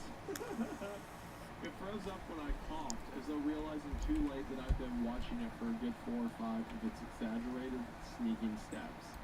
Literally a giant fish head with woman legs, like, oh, sorry. Hope you don't mind me. Some fat, white bug, like a woodlouse, tumbled out of the fish's mouth, chittering angrily, fled on its hind legs before I knocked the fish thing over the edge. That's talking about those little isopod things that eat fish's bones instead of their mouths. You know what I'm talking about? Yeah, exactly. Yeah. The further I progressed, the weirder the things emerging from the factory's plumbing, things that must have grown and festered far longer in its lightless metal valves. I could barely liken some of things any animal or body part. Pustured yellow tubes looped along like inchworms, and tentacle black blobs founded like stranded fish, pools of their own yellow-green secretions. I was waging a war against hot dog scraps from Planet X. Entry 5.4 over, now entry 5.5. I was beginning to get caught up. No matter how horrendous, every meat feast had an easy week. I was increasingly confident I could make it home alive, wondering if, perhaps, they'd only put the world under some sort of hypnotic spell because we were simply too powerful, too dangerous for them to defend against. I was beginning to feel like a hero after all, like I was living my own video game. This self-important high was cut short on about 15th level when the first real wrench was thrown into my hit things with a shovel strategy. The thing blocking my path was not made of meat, not on the outside, but to be made entirely of iron, rugged, nearly black. The torso, like a department store mannequin, stood atop three jointed, knobbly legs, and its single arm terminated in a pair of jagged tongs, periodically clacking shut. The oversized head resembled some sort of huge pot or boiler, a pair of cartoonish, painted-on eyes. An orange-yellow glow could be seen through its many cracks and bends. That's cool. That's such a cool design. There's a little cartoon of it up there. You see that? Yeah, I saw it there. Little cartoon version. That's such a cool design. That's like a bunch of metal put together, but like there's some entity inside of it. I didn't suspect there was much a shovel could do to this one, and it neither backed off nor approached. It simply stood there, waiting, daring me to make a move. I could see a dense river of meat bodies surging along the path only 3 levels below, making the same slow spiral around the tower as I was. Gradually enough, there was no egg to keep their numbers at bay. I wondered if I could take them off. Doesn't images flash through my mind? The eggheads, things I'd seen here, things I'd seen in the heat of propaganda videos. And I wondered if it could be my fate. The voice snapped me back to reality. If you would call this reality. It come from in front of me, from the robot, whoever it was. What? It spoke again. Besides its mangled grasp of pronouns, it spoke English with remarkable clarity. Its voice was soft and feminine, just a slight metallic quality. I'm sorry. It was all I could manage, still days.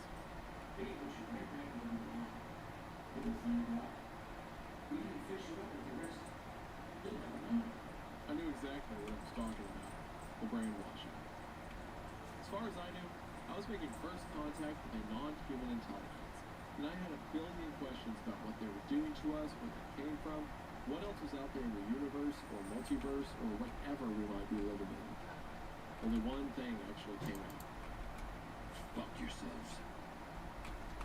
Inside a hollow metal sigh, there was smoke escaping from its face vent. It seemed to sink a little at my response. It rose threateningly on its 3 legs, and I realized what it reminded me of. A barbecue pit. Oh, in the blink of an eye, its clawed arm shot out and clamped around the handle to my precious shovel, effortlessly tearing it from my grip and dropping it to the wrong way. Fuck. It shot out again, and this time got me by the neck. It slammed me to the ground, taking apparent care not to choke me just yet, but at least cause considerable pain. Its legs clanged noisily as it positioned itself directly over me and planted its metal ass directly onto my stomach, pinning me down even tighter. Lines of black grease began to roll down the thing's artificial face, sizzling furiously. I screamed weakly through the creature's grasp, and a single, tiny droplet met the exposed skin of my arm. It felt like being branded. The monster giggled.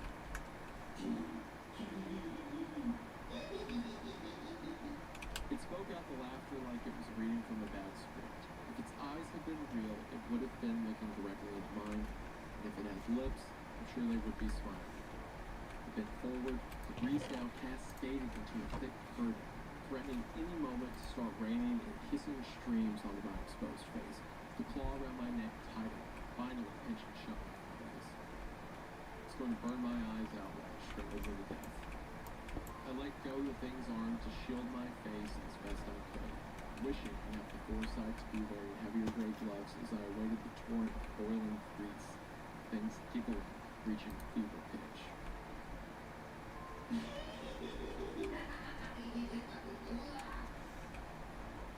It stopped. Grease did it. Removing my hands from my eyes, I saw that the monster's head had turned away from me. It shrieked. I couldn't tell what it was looking at until it unexpectedly loosened its grasp on my neck and lurched to its feet. I could see small, white shapes out of the corner of my eyes.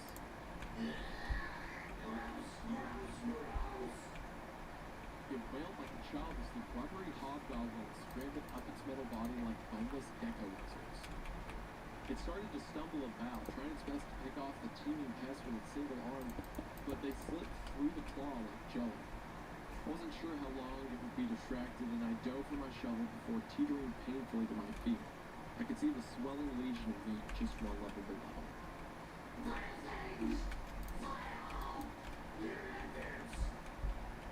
I was almost too fascinated to act. The hobgoblins had pried the lid off that rusty grill head, exposing an oily, blackened little form underneath. It was too tangled and burnt to make out, but I could see various limbs waving frantically to keep the gremlin things at bay. I raised the shovel, prepared to strike. All at once, the little creatures snapped their heads in my direction and dropped like flies from the metal beam, falling to the path and scattering out of sight. The grill face, too, turned towards me. Thank you. You have no idea what. I let out a berserk howl as I brought down the shovel squarely on that black, twitching body, splatting it with a wet crunch and a deafening bang against the white hawk bill it rested upon. The metal construct stood still and silent for several agonizing moments before it finally began to pitch backward, creaking like a rusty door before banging the ground, dead or asleep or whatever the shit I just did. I prodded it a few times before cautiously stepping around it and continuing up. Something didn't want me to reach the top. I felt pretty good about it. Into 5-5, heading into 5-6. 5-6, let's go. The rest of my climb was relatively uneventful, broken only by the odd hot dog squid or scuttling pork ribs. It was a full 23 flights up that I was at last, roughly level with the top of the tower.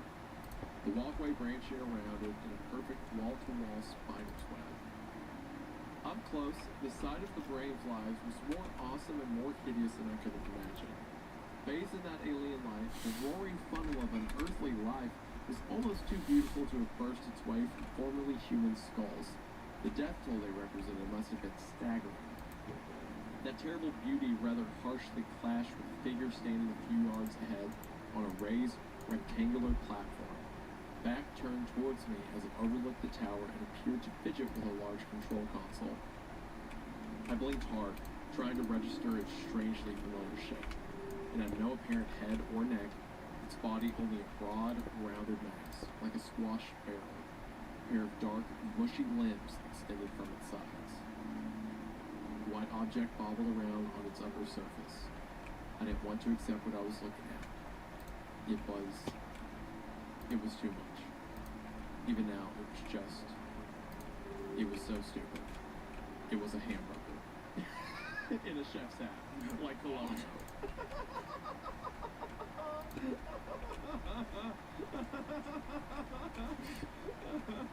That's so funny. It's like, it was a hamburger in a chef's hat. That's funny.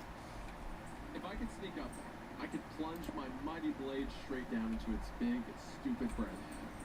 There's no way it could hear me coming above the teeming fires. I took my first, light, cautious step. It whirled around. Fuck! For a long time, we just stared at one another. The rancid-looking beast regarded me with bulging, bloodshot eyes the size of soccer balls, oozing and twitching as it looked me up and down. I didn't know what else to do. What was going to finally break the staring contest? I lowered my shovel and raised a hand in greeting. Hello? The moldering sandwich stood still for a few more moments before those slimy eyeballs rolled in their lidless sockets, as if I just said or done something even more ridiculous than the thing's very existence. I almost began stammering a follow-up statement when one of its slimy appendages suddenly reached for a huge, bright red switch on its console and nonchalantly pressed it. It raised one sludgy beef hand and gave a sort of toodaloo finger wave as its entire platform abruptly plunged through the floor and disappeared out of sight. Elevator shaft sealed off behind it. Moments later, the catwalk began to flood with activity. Into 5-6, going into 5-7. 5-7. From somewhere on the opposite side of that glowing, flying brain tornado came dozens of new shapes. Meat beams were pouring from some unseen new opening, already looking larger and meaner than any of the oozing rejects I'd been mowing down. I didn't suppose my little gremlin friends were waiting nearby with any flamethrowers. First thing to reach me was a squiggly, bear-sized yellow mass of soft, tangled limbs, rolling along at seemingly abnormal speed. It looked almost like an octopus, until a long neck snaked out from its woolly folds, snapping at me with an orange beak. A giant, boneless chicken. Just like a giant, yeah. Just like big fleshy chicken. Why was this my life? Breach. With a surge of contemptuous bloodlust, I hacked mercilessly into the abominable thing long after it had ceased moving, only for something else to whistle just over my head. Damn, he's just going around and fucking killing everything. He's just slashing left and right, tearing meat apart. I spun around in the shredded rivets of the octobird, coming face to featureless doll crotch with a pair of skinned legs 6 feet high and fused at the hips. Staggered back, foolishly slipping in the scattered chicken guts and laying flat on my back. The legs terminated in needle-sharp lances of bone, precariously balancing on the metal mesh of the walkway. They raised one wicked lance into the air again, aiming straight for my eyes, and it was a miracle I put the shovel between us quickly enough. The legs seemed to momentarily vanish with the speed of its strike. It took a moment to regain its balance as it bounced off the shovel, the thin tips of its bone holding up distressingly well. I barely managed to sit upright as it took a stab from my heart, and I scrambled to my feet just in time to deflect a third strike. Enraged, I swung the shovel like a barbarian's axe and the legs toppled. While they flailed over the guardrails, I could swear to God I heard them utter a soft, high-pitched. From another direction came a throbbing heart the size of a small car, ambling along on its branching veins. An equally gigantic steak knife protruding from its cylinder-like metallic snout. The weird back, raising itself a full 8 feet on its tendrils, uttered a high-pitched, rat-like squeak. No. I was dead on. That was my bear trap this episode, the Invader Zim reference. This entire thing feels like Invader Zim. It's Invader Zim fanfic. Yeah. My name was Dick, and Zim had done all of this. I attempted to flee down another branch of the metal wall, but my course was soon interrupted by a clattering, scarecrow-like assemblage of bone shards and flimsy sinew, shattering its many fractured, dog-like skulls as it swung a large, sawtoothed jawbone at its stomach. I struck back with my own weapon, its skull spluttering even further beyond recognition. My adrenaline was surging. As single-minded as the gore-faced hordes themselves, I demolished one twisted child of Satan's belly after another. I toppled shuffling golems of corpse scraps, wailing ghouls of dripping lard, a serpentine mass of fused chicken feet, and even the giant squeaking heart, its arteries dousing me with geysers of hot blood as its throbbing at last subsided. I was almost disappointed by how easy it had all been. I shouldn't have done. As I stood in a puddle of mashed viscera, blood, and who knows what else streaming off my face, I heard a mysterious clang echo through the vast space. I felt the walkway shudder under my feet. It was followed by another. Clang. The shaking intensified. Clang. It reminded me rather uncomfortably of huge, heavy footsteps on the grated floor. 2 guesses what it was. Come on, I dare you. Into 5'7", into 5'8". What do you want to get? Do you want to try guessing what it is? I think it's going to be a big, it's going to be one of the metal things, because the metal things seem to be the biggest issue. See, you just cut with meat with a shovel, right? I think it's going to be some kind of metal thing. What do you think? Maybe another hamburger man. What would bring back the hamburger man? How do you feel about the hamburger man? I think it works. I think that the story is like setting up this kind of like ghoulish, like circles of hell, which also, how many circles of hell are there? No. Which is how many entries we have. That's true. That's a good point. So I think it's that. I also think, it's like cartoonish enough too. Like it's overtly gross and stuff, but also it hasn't let up on the cartoon angle really. So I think that like the little, like weird talking hamburger thing fits in the same way as like a Tales from the Gas Station kind of vibe. Yeah, it's similar to that where like it is keeping like our story started off with like people just shoving food in their face and then there's giant walking pieces of meat. So the hamburger mascot we've seen this whole time being the end boss is kind of fun. The idea of it like rolling his eyes Invader's Zim. Mm-hmm. If more bloody and over the top. What was that comic that the creator of Invader Zim did before? Johnny the Homicidal Maniac? Yeah, he's done a couple, but that was the big one. It feels like a midpoint between Invader Zim and that. like a Shout out middle ground. Jonan Vasquez. Yeah. Alright, entry 540. As the stomping grew louder, an even larger figure emerged from the other side of flying brain tornado, looming 15 feet tall in the dim, flickering green light. Like the pressure cooker bitch, or whatever that was, it had a largely metallic appearance, though at the same time, strangely organic. Its spindly, nearly skeletal body didn't seem like it would have been heavy enough to rattle the floor so violently. Its long, bony feet terminating in thin, sword-like talons. Most of its weight was likely concentrated in its head, immediately recognizable as the shape of a sausage grinder, slowly wavering with each laborious step. A pair of slimy eyeballs, like burger knives, stared down at me from one side of this huge contraption, and where there should have been a handle was only a black, skeletal arm, ending in another one of those white cartoon gloves. I like the cartoon effects too of everything.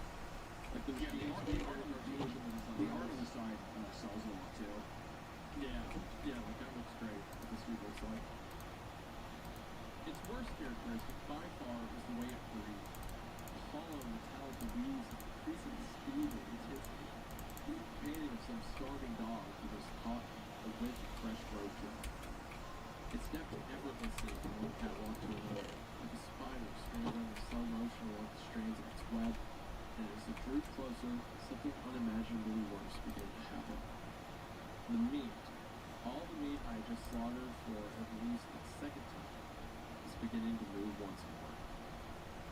As one, the mutilated horrors around began to writhe, stumble, and drag themselves towards the grinder-headed giant, whose single arm shot out the moment one groping, rolling pile of giblets came within its impressive reach. It lifted the shining, sticky mass up to the filth-caked funnel on the top of its grinder head and dropped it straight in. It continued to stomp its way in my general direction, scooping up more monsters and dumping them into its upper orifice until they were nearly spilling over the sides. A churning bathtub full of flesh and innards. The thing was slow, but as I ran from one end of the spider's web to the next, I found every possible exit sealed tight, and by now, the meat rising from below had almost reached my level. There was no way out. There was nothing to find. I could only keep going. Ooh. That's such a Oh wait, good that's idea. nothing bad. That's just guy I It's just ain't run no power up there yet. Grinder creature shows up and like just remakes them into different shapes. That's so Yeah, cool. like reverse them is pretty fun. And Yeah, like like recycles. amalgamations and stuff. Yeah, that's such a cool idea. I turned to look back at the grinder, still ponderously but relentlessly pursuing me in a straight line as I was forced to zigzag. It snatched up the last straggling monster, some sort of spider-like white pod resembling nothing I really recognized, and dumped it in with the rest. Without slowing down, the monster clenched its now blood-soaked glove and began spinning its entire arm in its socket, around and around with a ratchet-like noise. The collected mutants churning and twisting as they were sucked deeper into the grinder. I turned to continue running, but made it only a few more yards before a sickening, flatulent sputtering sound echoed through the chamber, and something thick, warm, and wet slammed hard into my back. He's The like catwalk cannon. dropped away.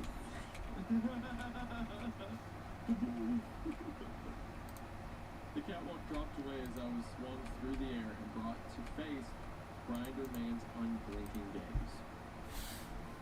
I was being held tight in an enormous, pulpy pink hand, wavering on the end of a tentacular limb comprised entirely of raw, grounded meat. It had formed the limb from every walking nightmare I had spent the last of my energy putting down, and flung it like a lizard's tongue with pinpoint accuracy, instantly subduing me from a good 20 meters away. Little whip I action. squirmed. I squirmed and thrashed desperately, but only felt further mired in the dense, tarry muck. The crank arm continued to twist, and more squirming noodles of processed tissue slithered along the length of its makeshift appendage, cocooning me in more layers of was reminded yet again of a spider. Yeah, the reference image there too is so gross. The idea of like the flesh is coming down the hand as it's being cranked and it's like just encasing him. As I sank deeper into that stinking, sloppy mire, I suddenly found myself transfixed by what was directly behind the metallic giant. I could finally see into the tower, into the vortex, down into where those wretched alien brain hatchers were all going in such a hurry. At first, I was only confused. The significance of what I was seeing almost didn't want to register. Bitter, rancid meat juices were beginning to flood my mouth. Tendrils of beef sludge were probing at my eyes and nose. My world was going black. It was being smothered to death. But on the inside, I just couldn't stop laughing. Over that, entry 5.0 over. Are you ready for 5.0? That, I'm sure, is insane. That's what I'm saying. That reference one is so gross. For audio listeners, it's like, I mean, it looks like the inside of the throat, but just the ridges. It looks like it looks like, yeah, like a. It looks like an inside. intestine. Yeah. But it's pretty disgusting. It's black and white. It leaves a lot to ponder, I guess I should say. Well, you ready for 5.9? 5.9. I awoke the following morning on the floor of my room, alive. My body was caked with meat gum, my clothes sticky with blood. Not a dream. What little must have been in my stomach. Sorry, I'm thinking about turtle programs. I guess I'd be tearing those up soon if there was any blood point. I staggered to the shower. I got power right here. I may as well just use a crafter from Ender.io. They had apparently neither wished to kill me nor erase my memories. I guess they knew as well as I did. There's nothing they could do to it. After all, if cattle couldn't do much to change their fate, what hope could there be for the cattle feed? I gotta go back to Plithic to charge up. It says a bonus entry is the available. I could put a charging pad here, and that'd just work fine. But I guess there's I'm like an ARG element to this. already so sidetracked. That let you unlock another part of the story, but here with creepypasta.com, you just have that last part of the story basically. Yeah. So, Yeah, there's entries there, so. skipping that part. Nice, sweet. I'm so happy I do that stuff. I tried to get a fountain coke at the 7-Eleven. Some sort of pinkish gunk boiled out like soft serve, smelling like hot bologna. I want to be in a building mood, not a crafting mood, you know. And then when I'm crafting, I'll be crafting as much as I want to be, you know. The server owner just put the storage drawer mod on, so we can frickin' use that now to do a nice little simple crafting setup. I know Mechanism has a nice in-game setup, but I'm busy, and I want my reactor to be cool. I got plans for it. Today's Saturday, Sunday, right? Yeah, it's Easter. Superior food matter. I need a capacitor. Capacitor.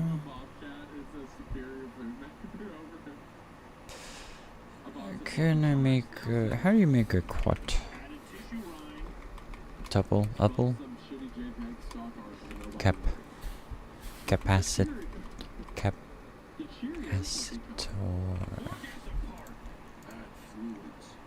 Boom, boom, boom, boom. Okay. I rummaged through the whole supply of the days. Red blood materials. Marvelous food nugget. None of this was there when I bought it. I didn't bring That's over there.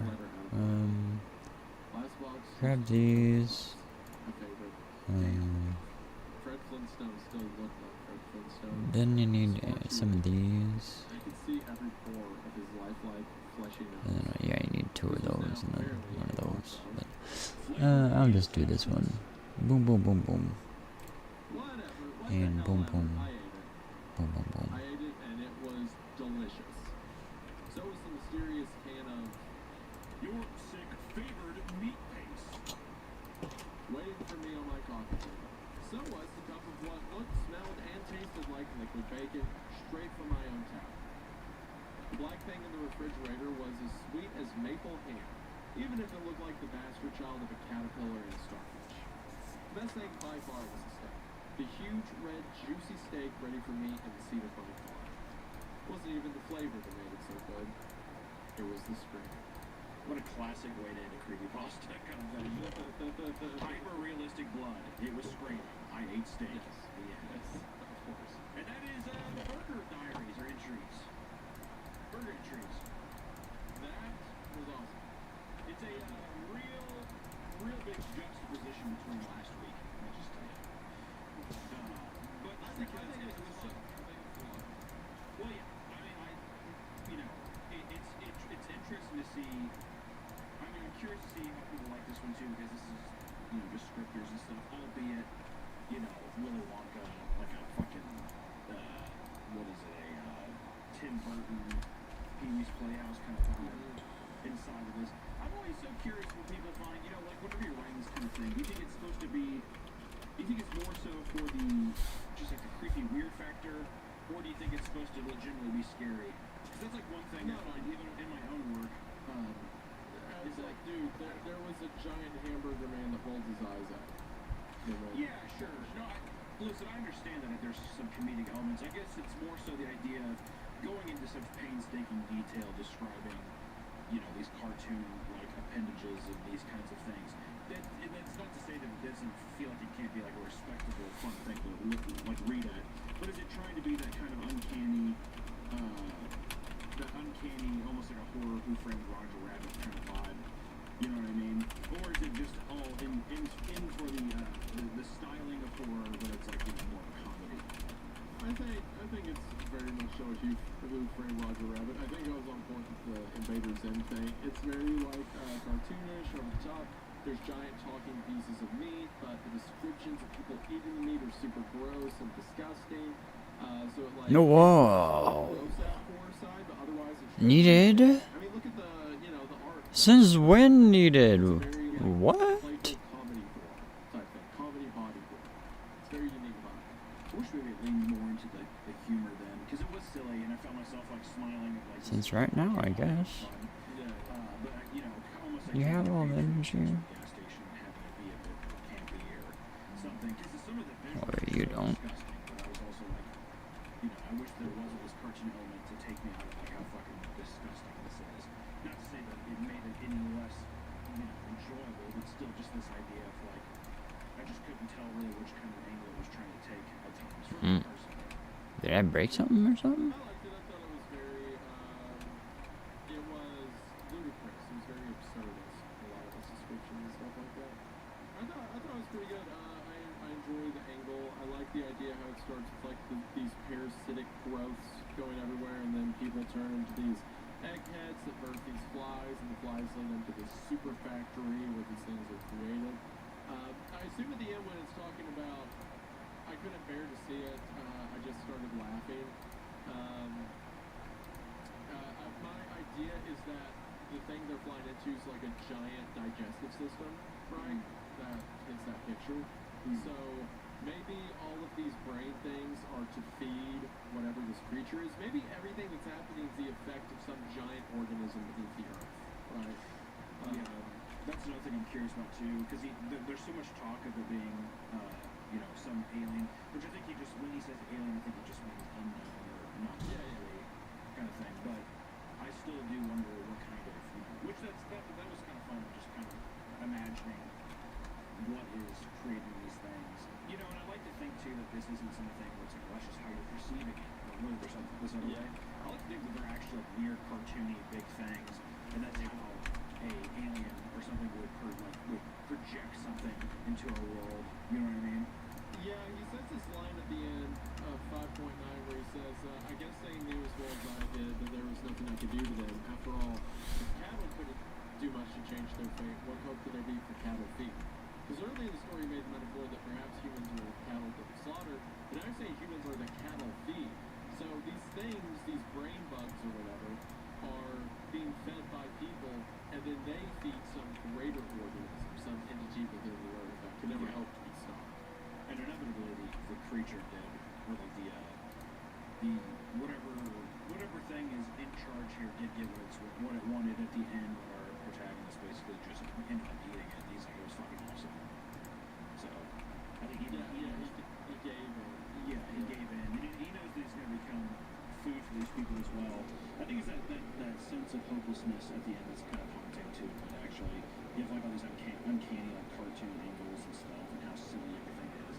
But it really is just like a guy waiting to die, basically, which is just it's like you have this giant entity beneath the earth that it does this whole biological process that we can't hope to understand. And then you have our protagonist who kind of dives into it, and yeah, it's very schlocky with him like attacking it with a shovel and stuff like that. But again, This one isn't even running up there. That's going to be a problem as well.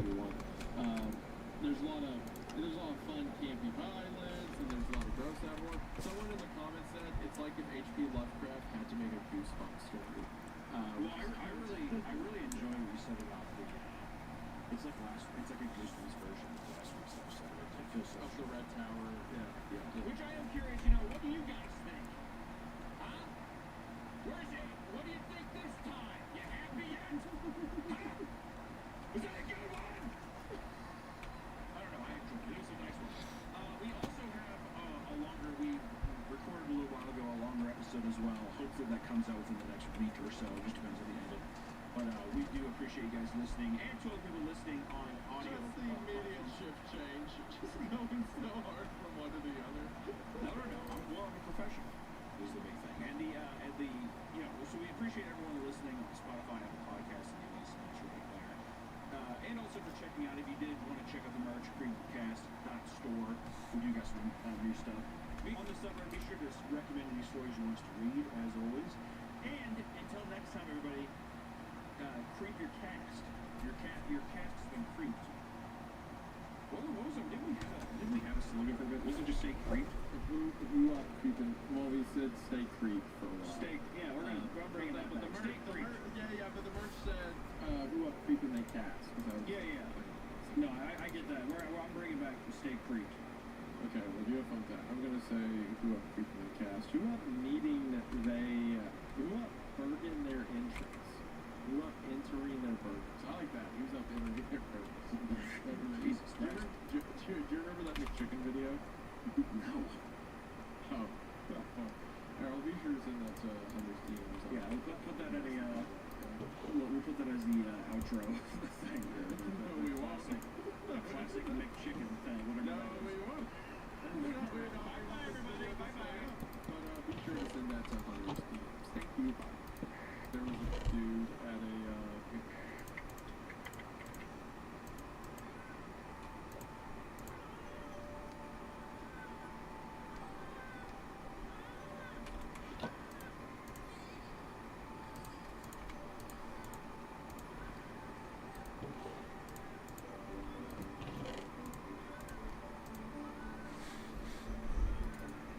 The fuck is this end screen?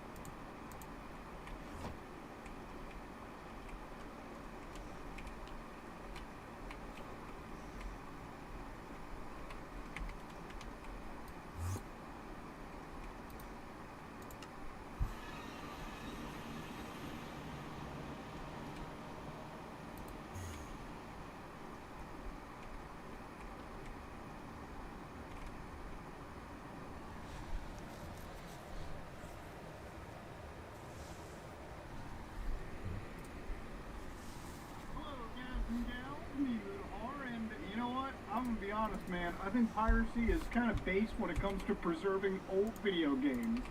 Now, before we go into it, I need to address the YouTube community guidelines here, okay? Now, if you go to the YouTube community guidelines under external links policy, okay, I'm already giving them the speech, YouTube, okay?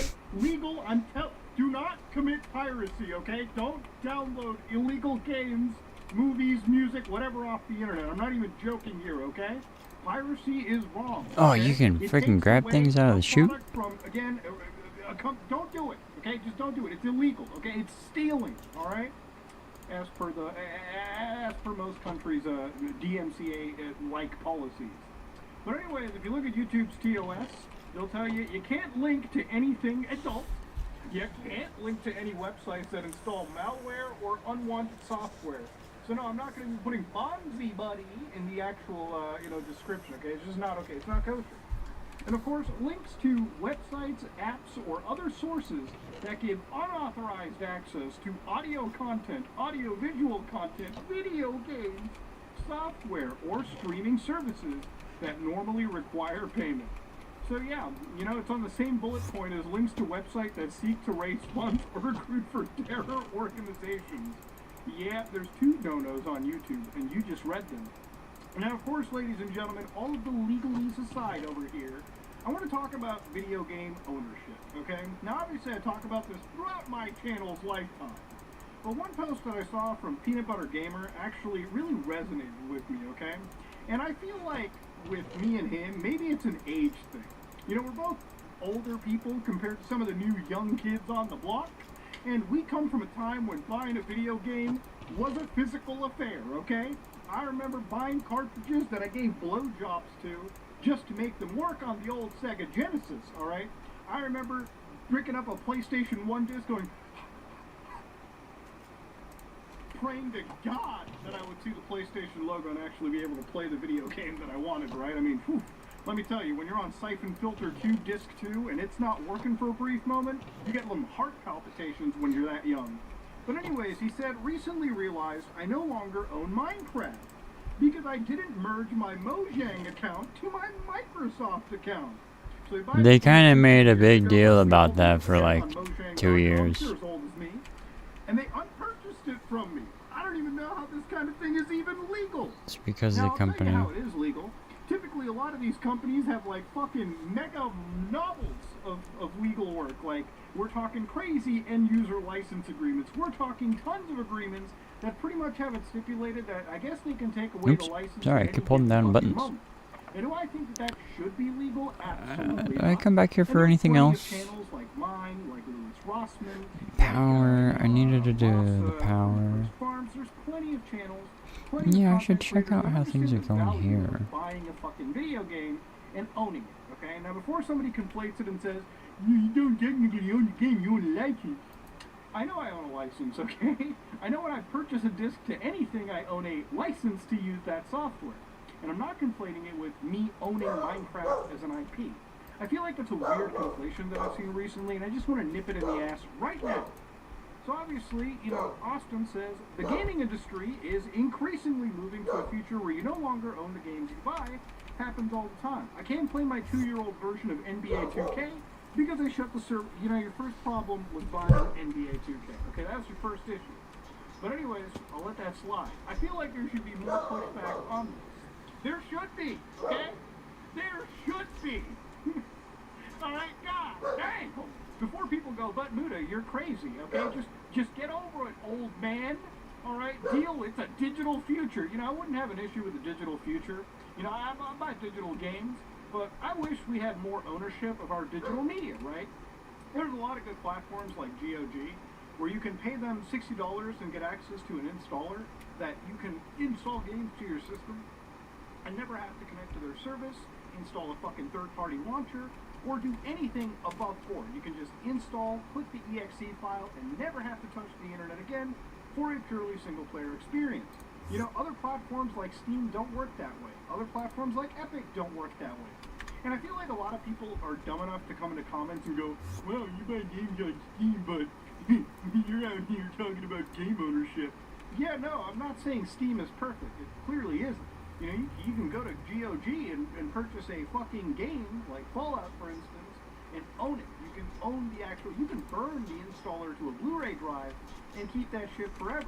You know, I downloaded all my GOG games and stuck them onto my own cloud server, meaning that if I ever need to play games like SWAT 4 again, I can just pull that shit right from my cloud and install it without ever touching GOG once again. So again, when he actually goes down, there were some comments that I found that literally hurt. They sent you a few million emails about it leading up to it, which is true. Actually, Microsoft, when it came to Minecraft, when Microsoft acquired Mojang, they wanted you to effectively migrate your Mojang account to your Microsoft account. Now, I did that, unlike Austin, meaning that my Minecraft purchase from 15 years ago or whatever ends up actually attributing to my Microsoft account, and that's the account that I use to play Minecraft in today's day and age.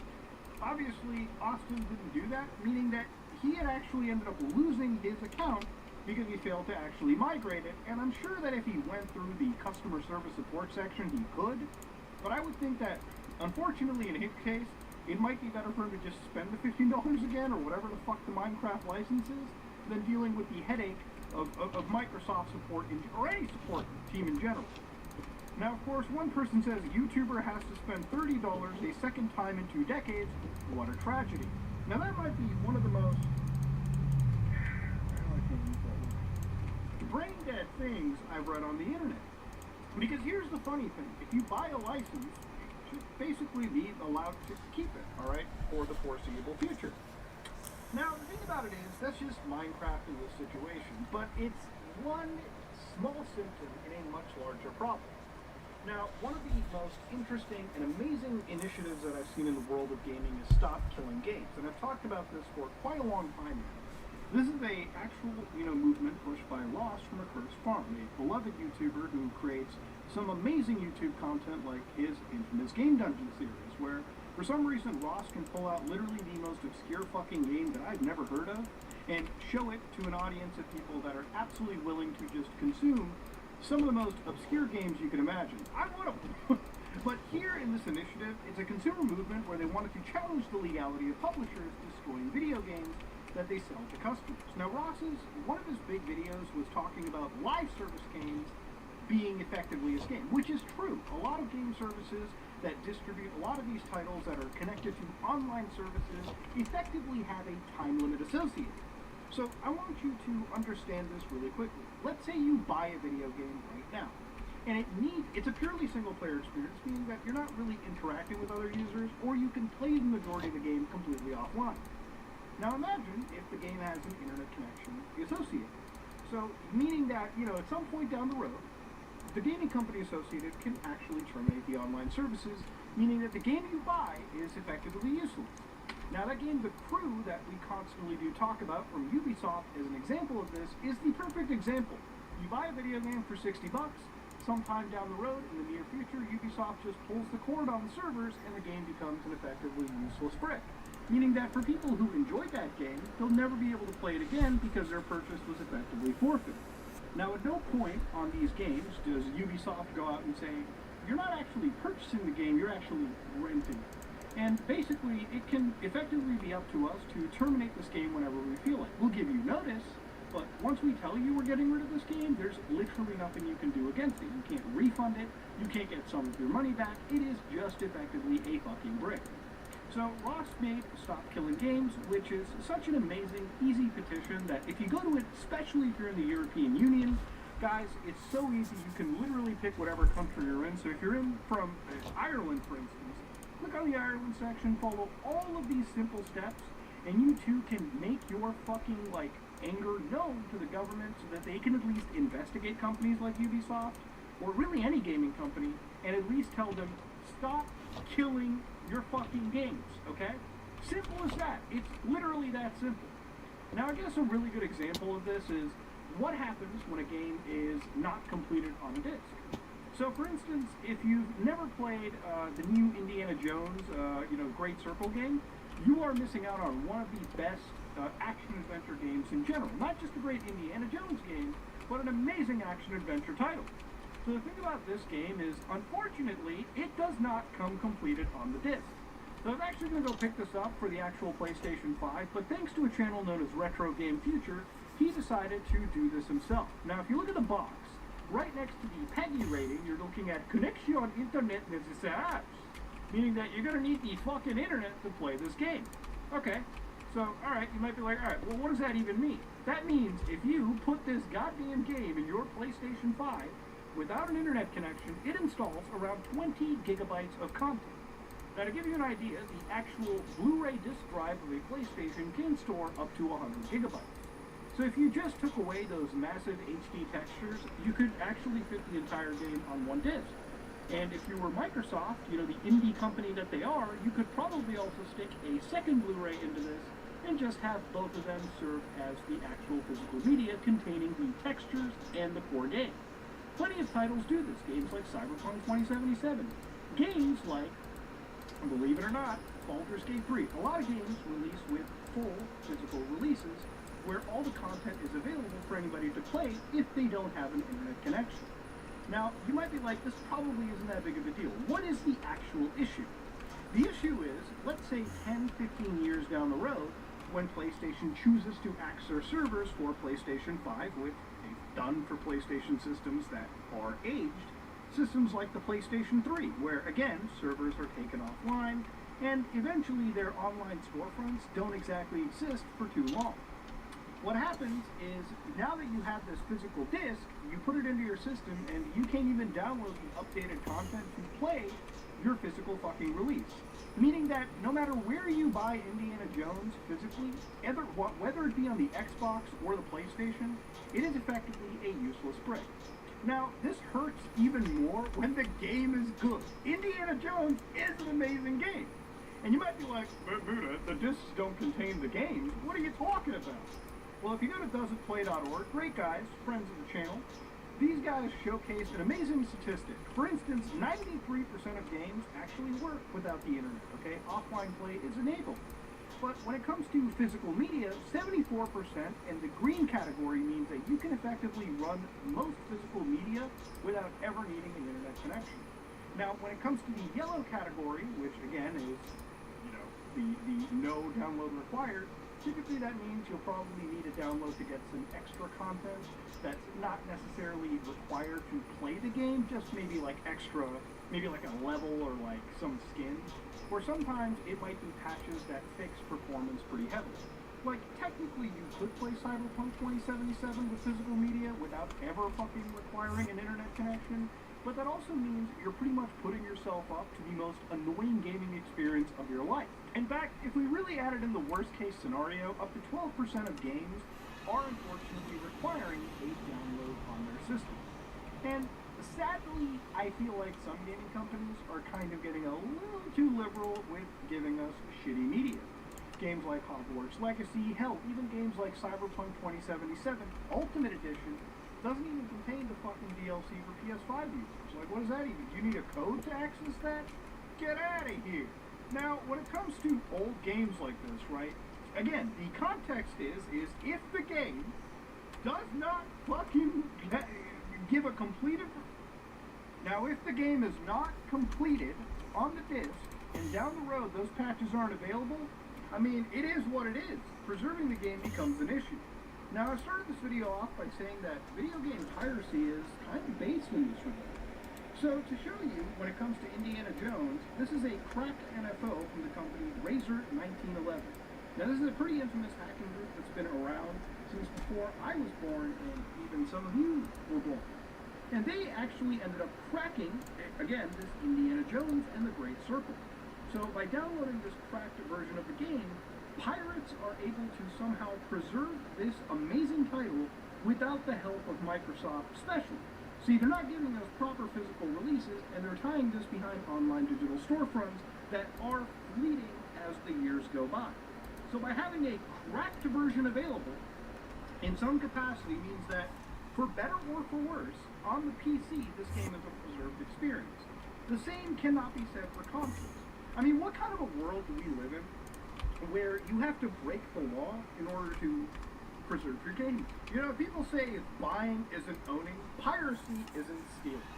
You know, the thing about it is that, look, there's a lot of people that pirate simply because they just don't want to buy video games, or they don't want to spend money, and they think they have access to pretty much anybody's, like, video game without paying, right? And in that case, it's pretty shitty. But if buying video games in the current era is effectively just one giant fucking rental, then how can you not say that piracy doesn't have a world?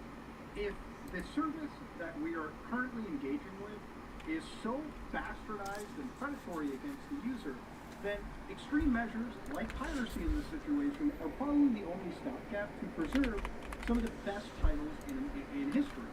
I think it's only software that really has this issue, like video games. Like usually with movies or with music, there are ways to preserve that media no matter what, right? Like you can always screen record all of your Blu-rays and store them onto your hard drives as backups. There's a lot of music that you can just, again, record onto your system or rip audio files and store. But you can't really do that with every single video game, especially when those video games are tied to complete online services.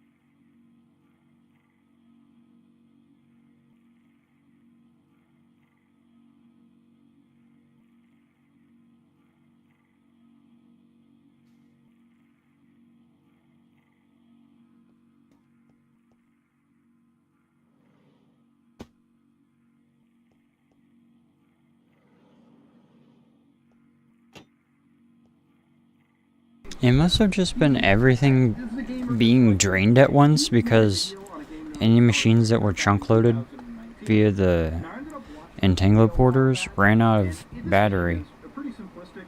So then they needed to refill, so everything was draining very heavily. Maybe that's the problem. I can keep making machines? Because I remember that the, You want to be an organ dealer? You absolutely can. Want to be a black market god? You can. the Want to be an freaking, honorable fucking pirate? You can. Want to be an merchant? You can. It's an amazing title. Super open-ended. All made by the smallest of development teams. Imagine. Now the thing is, in his video, he gave us CD key for the Game Award. Meaning that if you wanted to try this game, and I actually did use his CD key to play the game briefly, probably like 7-8 hours, and I loved the game so much that the next thing I did was just lost my play train own of version. thought. Here is it? You know, if The I couldn't power do is so, just a little I'd finicky. probably If give it, to just for you guys to grab and play if you it want just, to if you experience don't the game for yourself.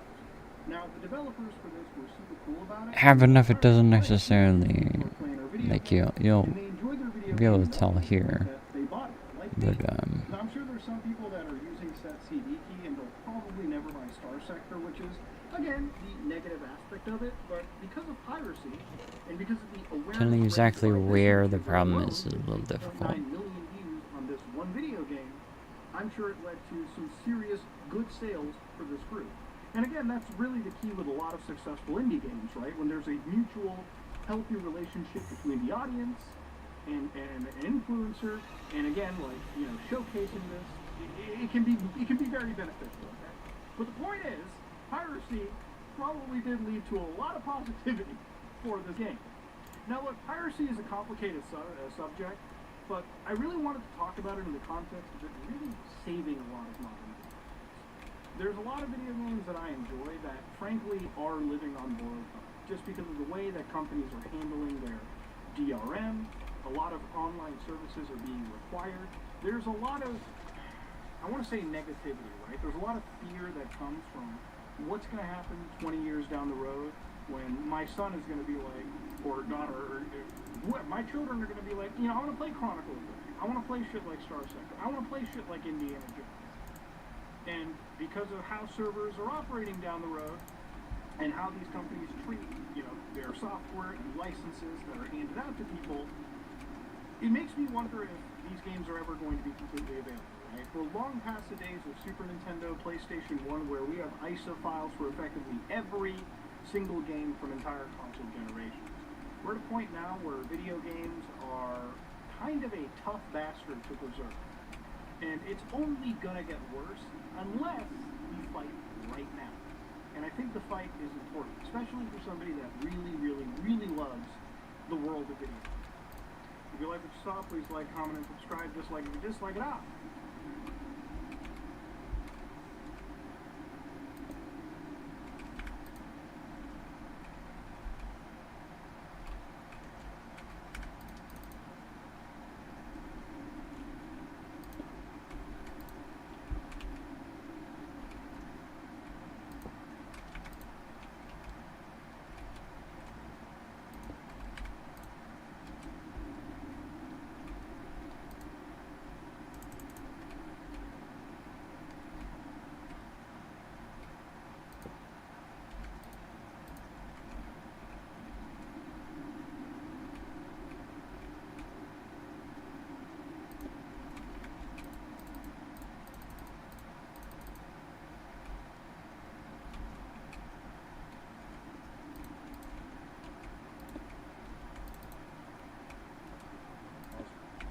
Hey, how you doing? Yeah, I'm alright. I'm just into Minecraft.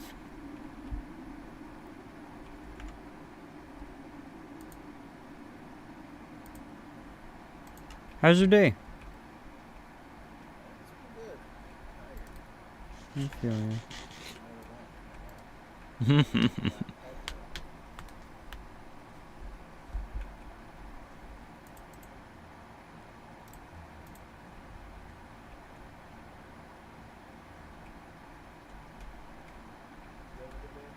Yeah, it's been a while.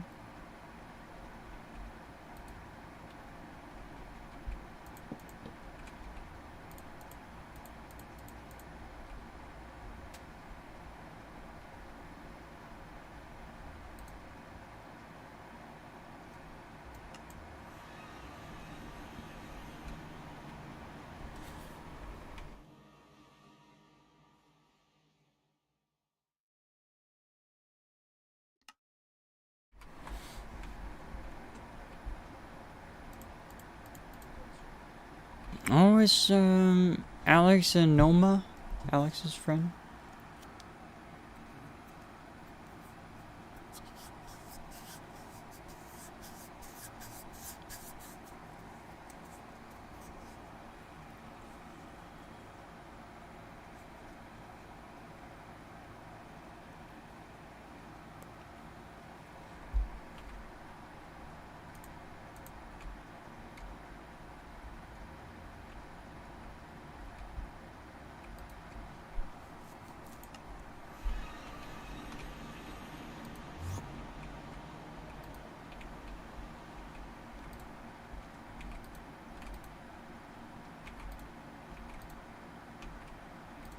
Okay.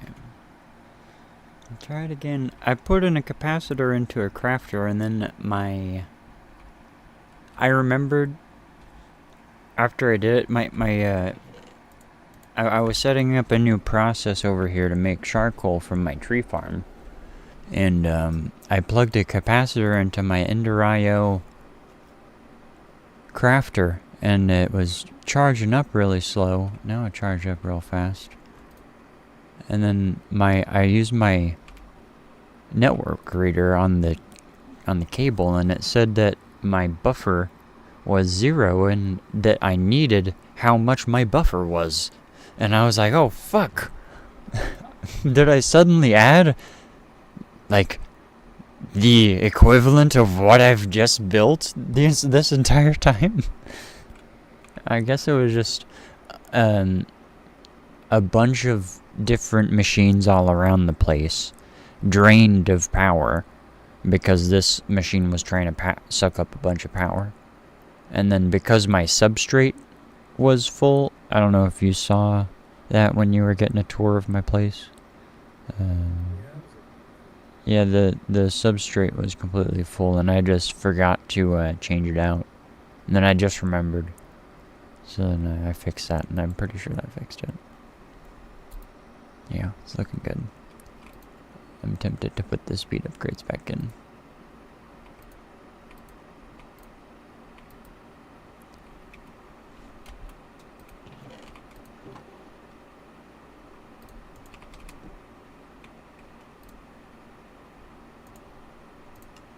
Oops.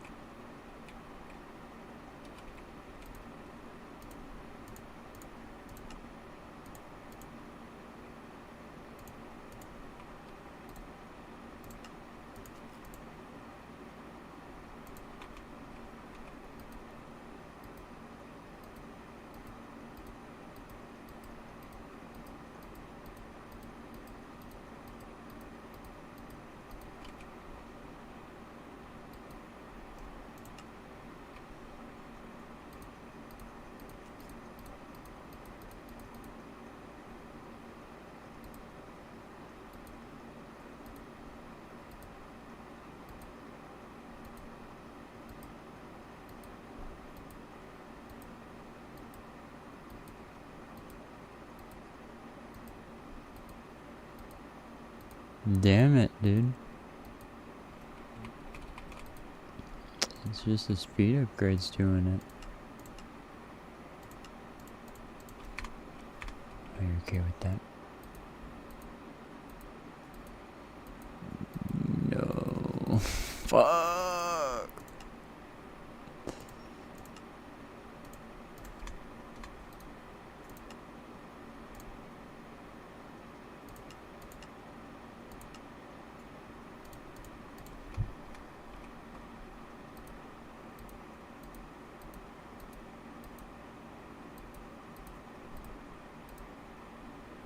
Man.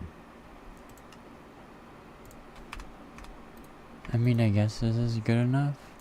This is pretty good. This is on 5.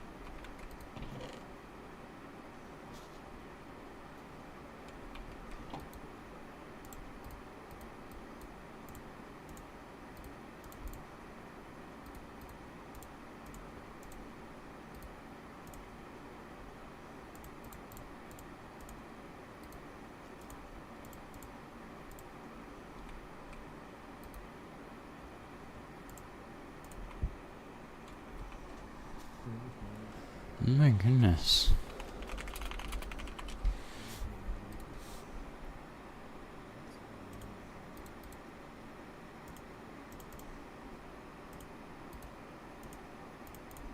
Trap beacon?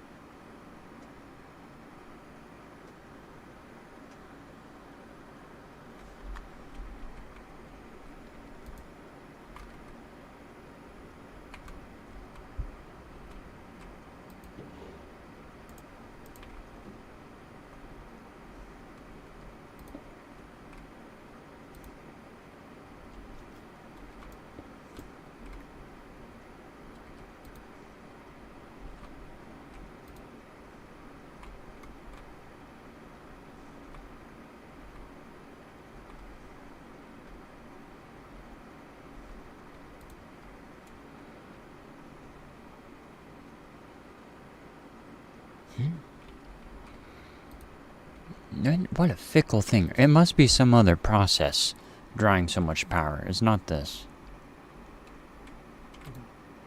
Because now it's only needing 79 forge energy.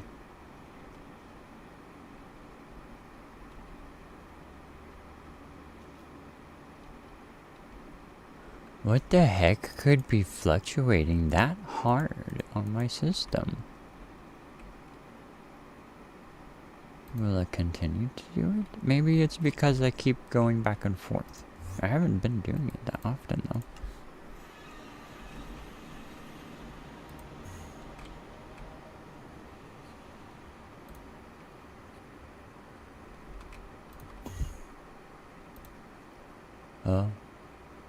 Nope. Yeah, that's a problem. Why again?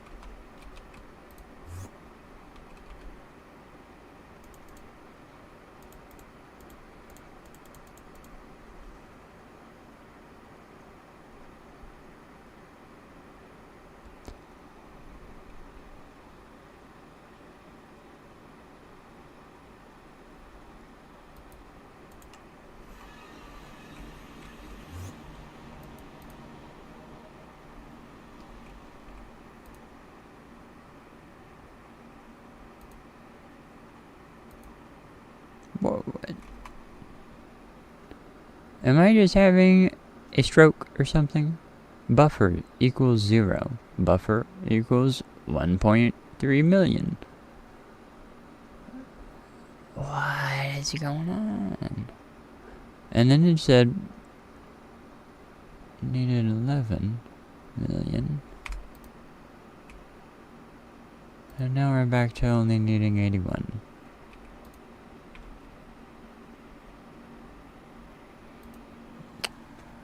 I don't know.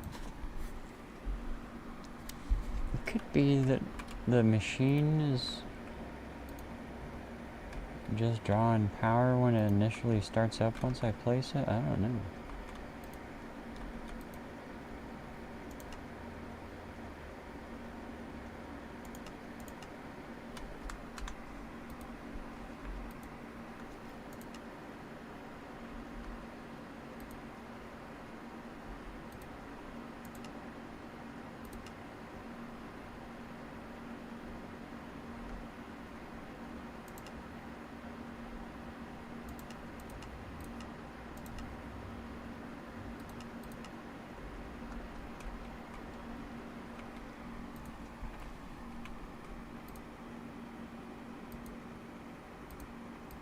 I'm just so paranoid that I'm in like a power outage, because it really seems like I am, because it keeps flipping in between me needing no power, everything's fine, and then, hey, you need 1.5 million fucking forge energy. I wish there was a way to switch it to joules.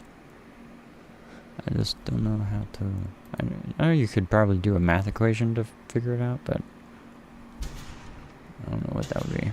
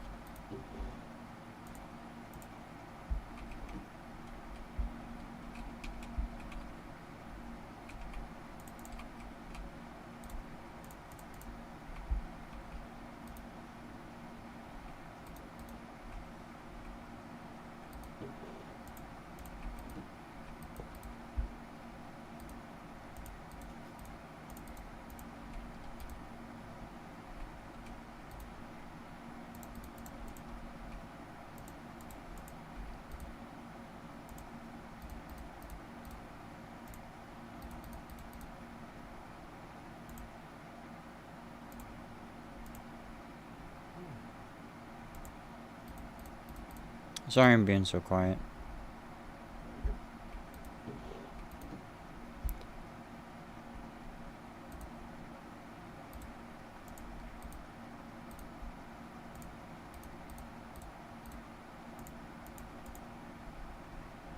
Man, that guy.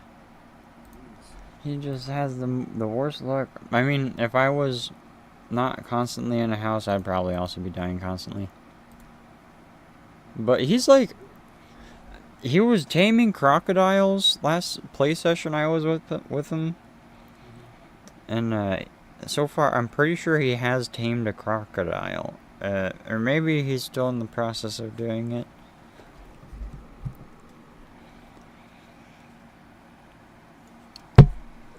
Sorry, bumped the mic.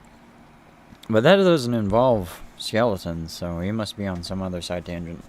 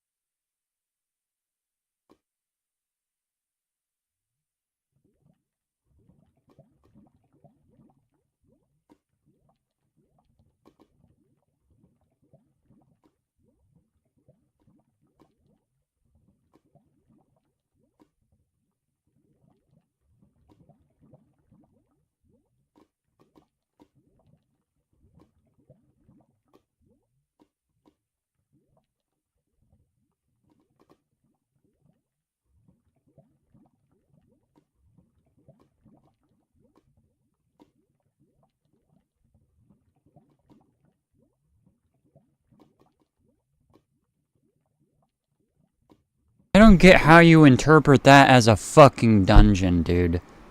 Mm,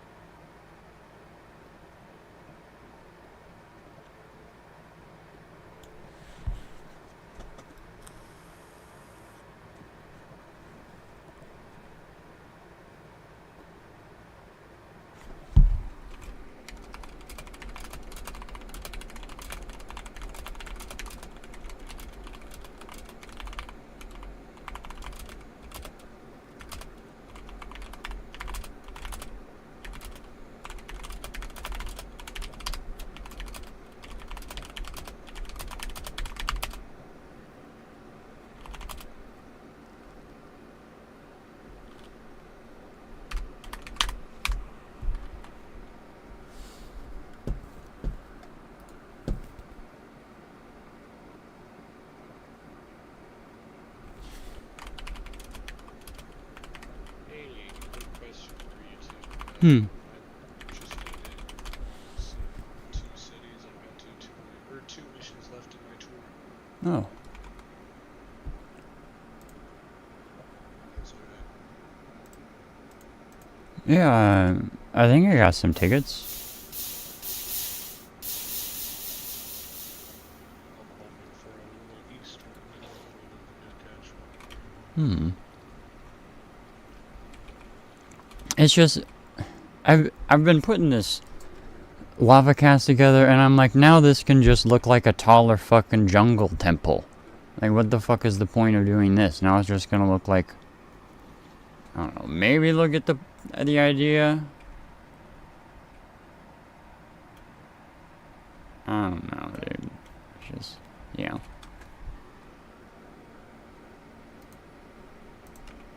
People just keep breaking into my house.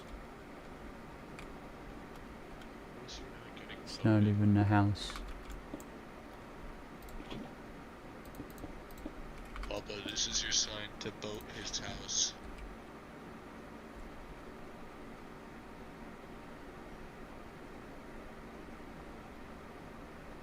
But yeah, I'm just hoping for some luck because I am eating my 50 tours out of every mission without oxygen. Yeah.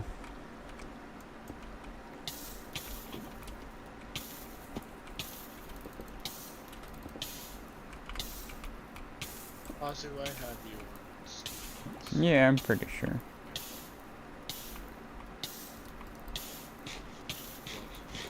Y'all enjoy your Minecraft. Happy Easter. Happy Easter, man. I'll catch up with you later.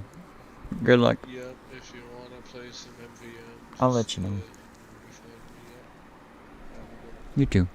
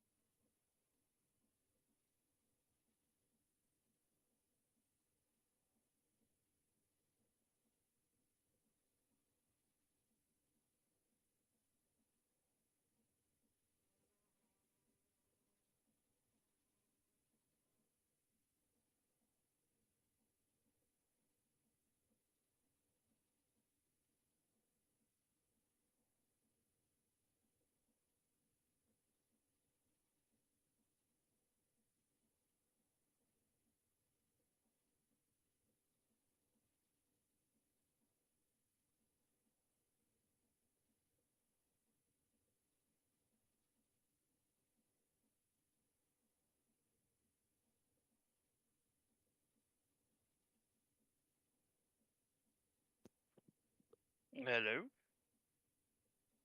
Hey. How you doing? Good. I went almost the day today. What's going on? Let's see. Checking out the trails, see if Mm. you're able to get down them because of the ice storm. Yeah. Most of the roads are kind of impassable still.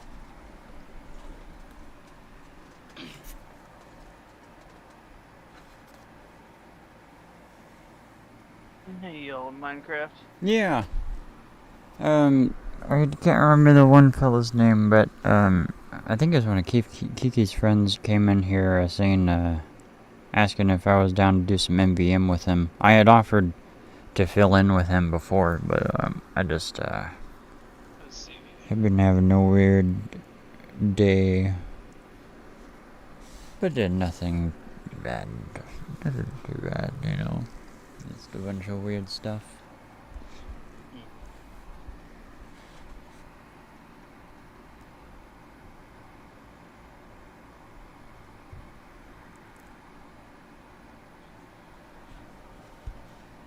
The Bubba there.